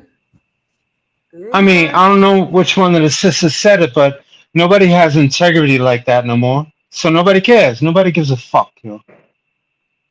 That's true. Well, you know what, Aaron? It's more about what people give a fuck about. Yeah, true. True that. Everybody don't give a fuck about the same thing. Some people give a fuck more about fuck shit than anything else. You know what I'm saying? As long as it benefits them in some way, shape, or form, they can get their rocks off from it. Yep. I mean, I'm not to cut you off. I'm sorry about that. Go ahead. No, you okay, Aaron? Go ahead. I have a funny feeling about a lot of things because I'm grown, and I don't like social media because people put too much dumb shit on it. So I stay away from it. But a lot of people call me a sucker for it, and I'm like, you go ahead. Like I don't have time for that. You know what I'm saying? I don't like you said, fuck shit. I don't have time for none of that. I'm a grown ass man. Like for real, I can't. I can't do it. I just can't. That's all I got. I'm sorry. Well, Aaron, I got a question for you. What brought you to YouTube in the first place? What do you like about um our conversation or what we talking about? What is it that you like? Well, YouTube. I discovered the live chat with YouTube recently, and I'm Hmm. not addicted to it, but I'm not liking what people say. I like your conversation. I like that a lot, but I don't I don't go on social media. I don't, to be honest. So what brought me to YouTube? Just to watch videos, watch music videos. But this is something new to me. Live chat. This is something really new to me. So I appreciate you welcoming me in as a Hmm. newcomer. But Hmm. I don't. I'm just joining the conversation. I don't have. I'm adding stuff to it. I got my opinion. Y'all can take it or leave it. You know what I'm saying? Listen, I ain't mad. I ain't mad at you. I appreciate it. I just want to make sure. You know what I mean? I just want to make sure because it's Oh Can I say important. no, something? I'm not coming here for nonsense. Trust me, I'm not. I'm a grown man. I don't have time for it. So I'm with y'all. I'm riding with y'all. All Well, right, that's well, what's up. well, well, just a little bit of advice, Aaron. As far as any social media platform goes to, I would recommend picking out a screen name. I don't know if that's your real Facts. name or not. I would Change your recommend name. picking out a good screen name and doing it like now, because Yeah, No, there I people that's feel do like this I thing got in to social change media. your name for real. For oh real. for real. Oh Yeah, shit. Um, that's my real yeah. name. Real talk. So I'm gonna change it right now. I feel like I gotta change it Yeah, now. yeah. Just pick any old random screen name or whatever's feels suits you, your personality, whatever. I would recommend.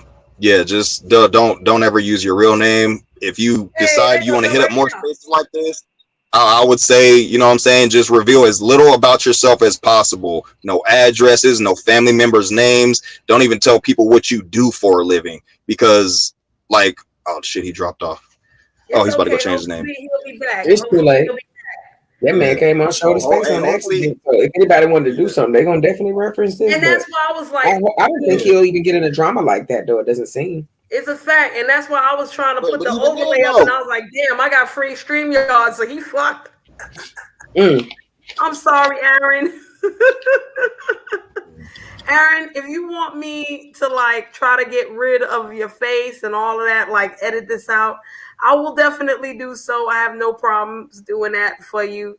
You feel me? I really don't. If I listen, I try one time. I ain't do a good job, but I try to respect people. I don't want to feel like I'm doxing anybody or anything. But Salt took the words out of my mouth. I was about to say that shit. You know what I mean? Like, change your name, hun. You got to. Up in here. Mhm. You can agree all day. yeah, Change your name, it's Bodie.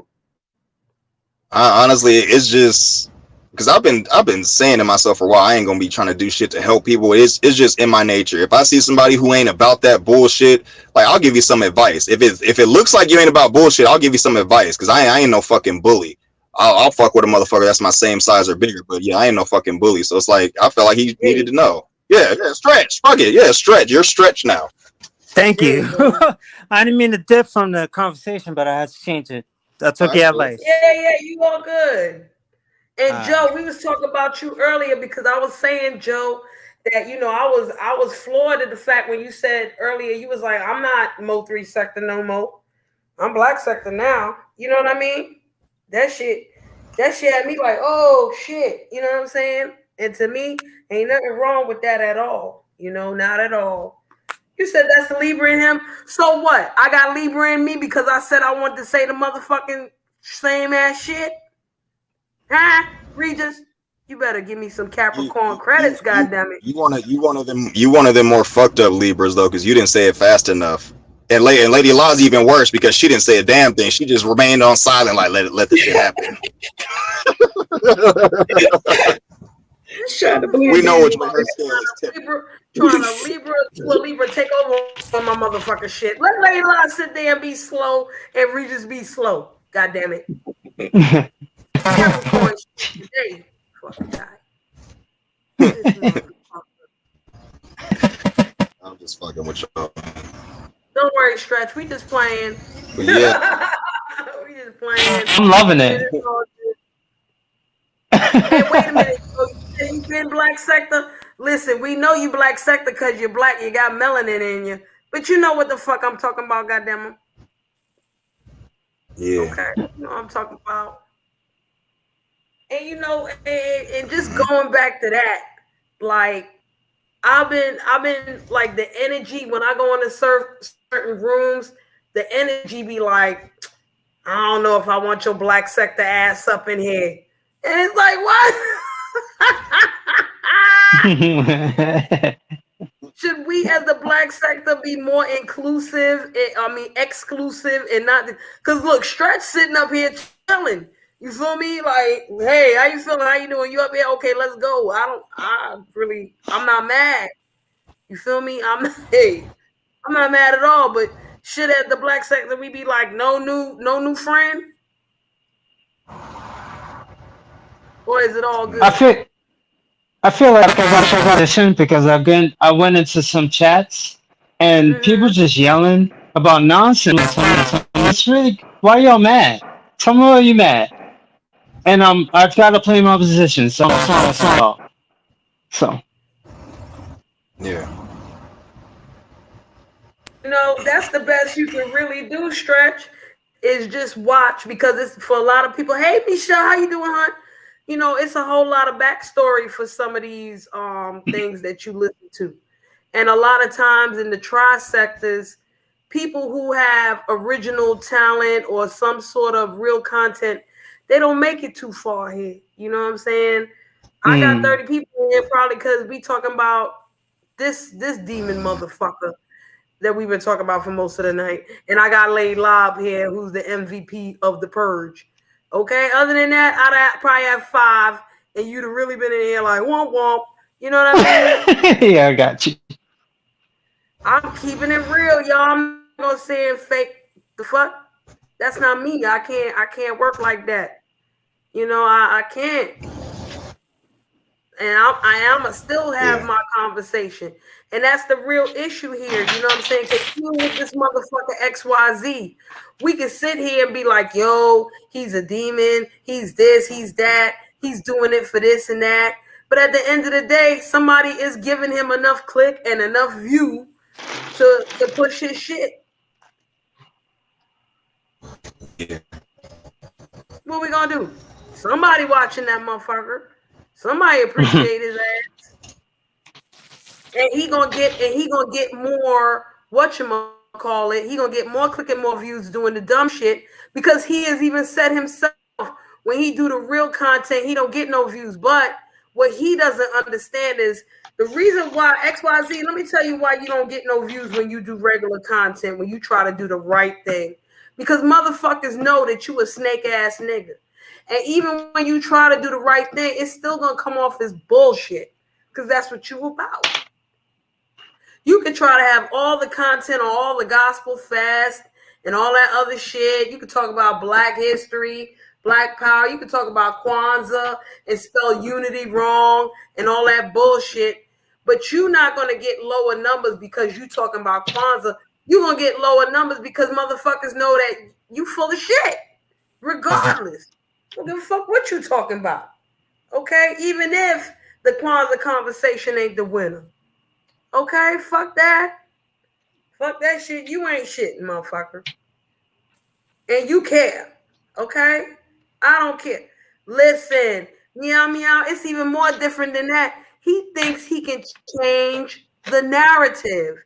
It's a lot of motherfuckers out here that like to change the narrative. Let me get to these people before you do and tell them how much of an asshole you are. So when you come on the scene, motherfuckers already hate your ass. Because they listening to this other motherfucker. Goes back to integrity. He thinks nobody knows the history. Nah. He thinks that he got so much powers that he could change your mind, no matter what the history is. I got a And that's question. Oh, go ahead. I'm sorry. I didn't mean to cut you off. no, Go you ahead. ahead, Go Stretch. ahead. Go ahead. No, I was Ask gonna your ask, does that really work though? If you try to change the question. narrative, like Well, you make, it don't work on smart people. yeah, It, that's true. it it do for the new people that come around because they don't know us. And so sometimes they tend to pick that side when they hear stuff like this, or you know what I mean, until they hear the other side, if they ever do. Um, yeah, some people find it in their favor. That's why they try to rewrite it. That's not a good look. It's not a good look at all. And then at the same time, with this particular person, I realized that a lot of other people link with him for that, he don't like my enemy. So let me go link with him to get at my enemy even more. You know, whether it's because he gonna bear the brunt of it, or he got more people so we could jump on, or what the fuck, you know what I'm saying? What the fuck ever. Because that's his, to me, that's his in with other sectors. He'll pick somebody who's the demon over there, or who he thinks is the demon over there, and he'll be like, oh, well, I don't like what you do, and I don't like what you say. And he's expecting all the motherfuckers that hate that person to come over there to him, and then, boom, boom, boom. That's how he rock it. Of Well, course, T Carl, Black is so complex. What you gonna do? I appreciate you having me up here, though. But I'm about to bounce on up out of here, chick. All right, hon. Thank you for coming up.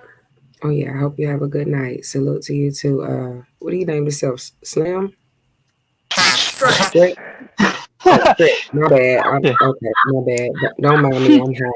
Salute to the guys. I want to join the party too, man. Let me tell you.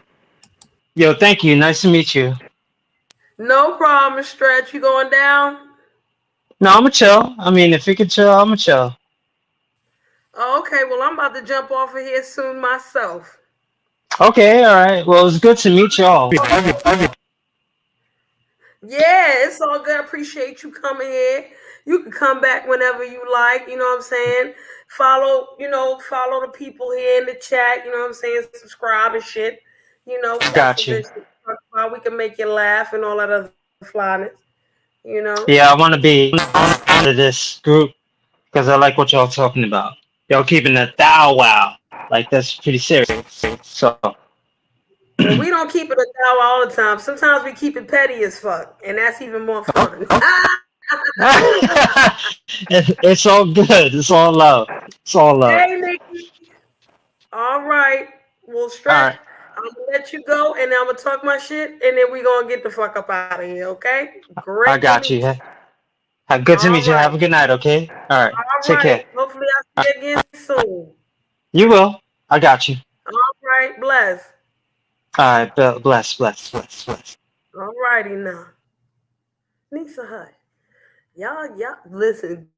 Stretch, good looking out, but you stayed up on here a little bit longer. I got a text message from my man talking about who the fuck is that man talking to you?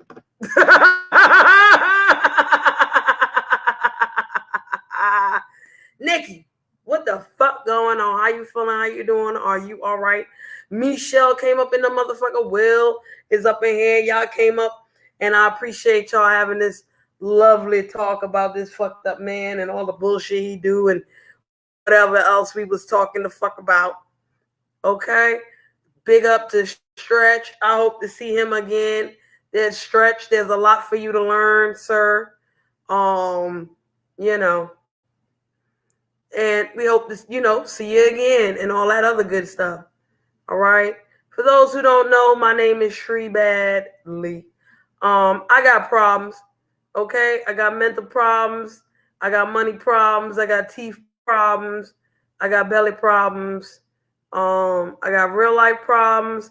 I got cyber life problems. Thank you, meow meow. I just got problems. Thank you, T Black. Okay. I just got problems. All right. But my problems, I'm not like blind to my problems. I'm not trying to be like the emperor's new clothes. Where I'm walking around like I got the best clothes on ever, latest technology, and I am not wearing the John Wick bulletproof suit. I'm wearing nothingness. Okay. Good night, dear self. Thank you. I'm glad you were still around. Before I go, Stretch, here's the best advice I could give you. Go where the fuck you want to go. Okay, Stretch? You don't have to be a part of the black sector, the beef sector, the mama sector, the data sector. You ain't got to be a part of none of these motherfucking sectors. You go where the fuck you want to go and you deal with people that you connect with. Okay? And that's what's up. All right, Michelle. Good night, Nisa. Thank you, 504. You know what I'm saying? Like, y'all do what y'all do. Okay? Y'all take care. Y'all have a good night. What time is it? I am about to do the normal things, which is go to my man and do what it do. Okay? Because like I told y'all earlier, when I tell y'all I'm about to have sex, it's real. I'm not telling y'all that because, I'm trying to fake the funk or catch attention. I'm telling you because it's a great stress reliever and it's a wonderful part of real life that, most of you should do with protection and half of you should do it with who you love. Not just some random motherfucker on a goddamn YouTube or, all right, let me shut up. I'm going off again, child. I got to shut up. You do what you want with your poom and your peen. Just don't bring that shit next to me. Okay? Yeah, that's the best way to go. And with that being said, have a good night in real fucking life. Okay? Please have a good night in real fucking life. Because I guarantee you, if you have a good night in real life, this YouTube shit ain't, what the fuck is it at the end of the day? Okay? I don't know this motherfucker XYZ personally. I never met that man. I never even spoke to him on a motherfucking email because the good Lord was looking out for me when I tried to send him an email 4 years ago and I sent it to the wrong email address. Okay? You got baby.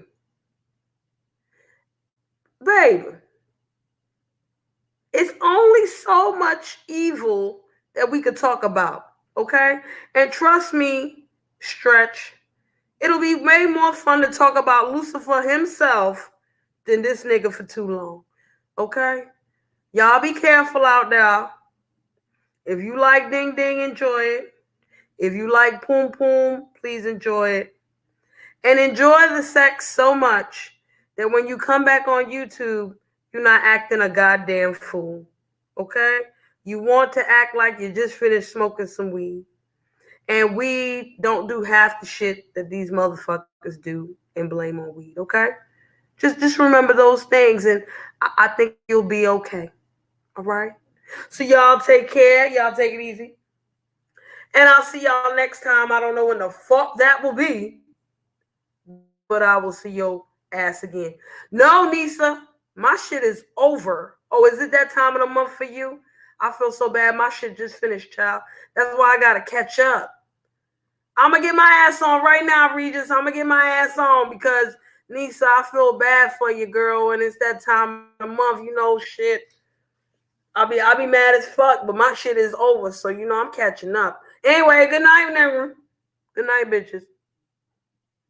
Y'all wake up with if you're gonna wake up with a ding-a-ling or a poom poom in your mouth, just make sure you know who it belongs to and it's safe.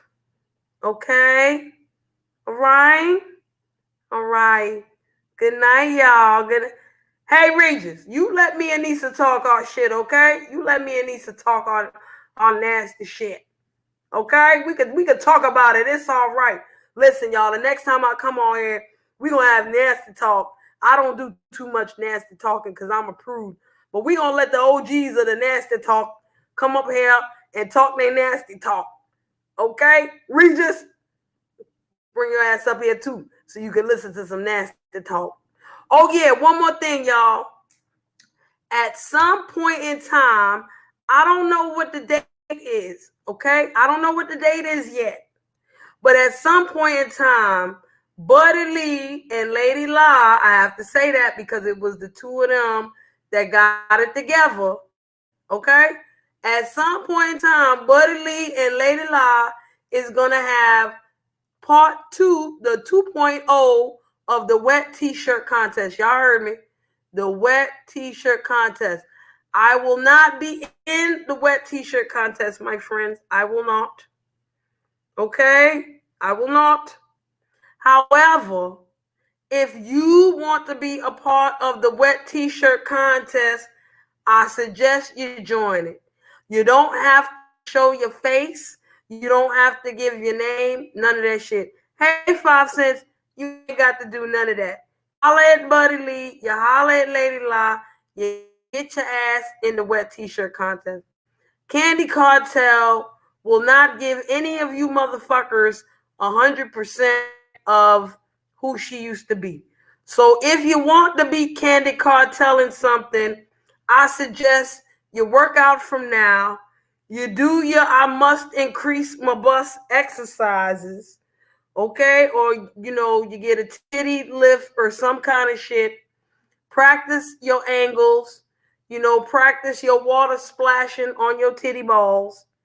And you go to this wet t-shirt contest and you try to take Candy Cartel's title away from her. Since y'all motherfuckers could not be the MVP of the Purge and Lady La got it 2 times in a row, let's see what you motherfuckers do when it's time for the wet t-shirt contest.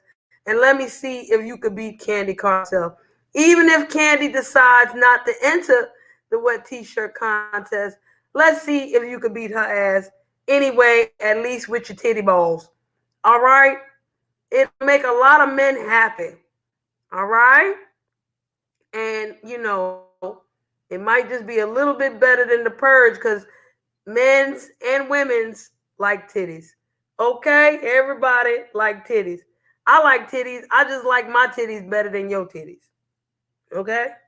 I like my own titties better than your titties. So, yes. Hey, Bright Streets. You up in here to talk about the fucking wet t-shirt contest that's coming up whenever it's going to come up? Y'all don't miss out. Okay? Once again, if you would like to get into the wet t-shirt contest, you do not have to show your face. You do not have to give your name. I think this will be the best way for people who do not like Candy Cartel.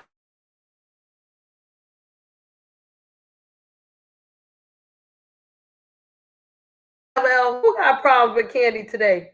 All them motherfuckers that got problems with Candy, bring your ass over when it is time to bring your ass over and rock your titties. Okay? And then you can beat her like that. All right? So that's what I say. That's how, and of course, and listen, the shit ain't complete without Daquan saying on everything. Because Daquan like titty. Okay? Daquan is a titty fan. You hear that? There you go. All right? Yes. If y'all see dynamic duos, go there. Okay? And just like how the black sector did with the Purge, we gonna big this shit up too. Lovely love, come on through. Use beef sector lady. All the Mo 3 ladies, since y'all like to show your ass and show your tit too. Okay? We want all of y'all to come through. If you the beef sector lady, use a Mo 3 sector lady. Hey, men, I don't think y'all can show y'all titties at the wet t-shirt contest, okay? I don't think anybody wants to see man boobs competing for this contest, okay? One of these days, they might include man titties in the wet t-shirt contest. So XYZ, if you want to get back at Candy, you will not be able to enter your titties into the shit. Hell yeah, Nisa, this is a motherfucking infomercial. You ain't know? This is the infomercial. Yes, this is the infomercial. Not the hour-long shit, but it's long enough. Oh, 3:33. Oh, God, that's a horrible number. I looked at the time. It said 3:30, 3:30. That's horrible. Fucking thinking about this nigga nature nuts. All right, so that's it. All right, once again, on everything. Okay? And Nisa, you better like my infomercial, goddammit. Show your titties, bitches, for the wet t-shirt contest. Ho. Okay? And no man titties allowed. Okay? None. Bye. That's it. Bye. Bitch, bye. And nigga, bye.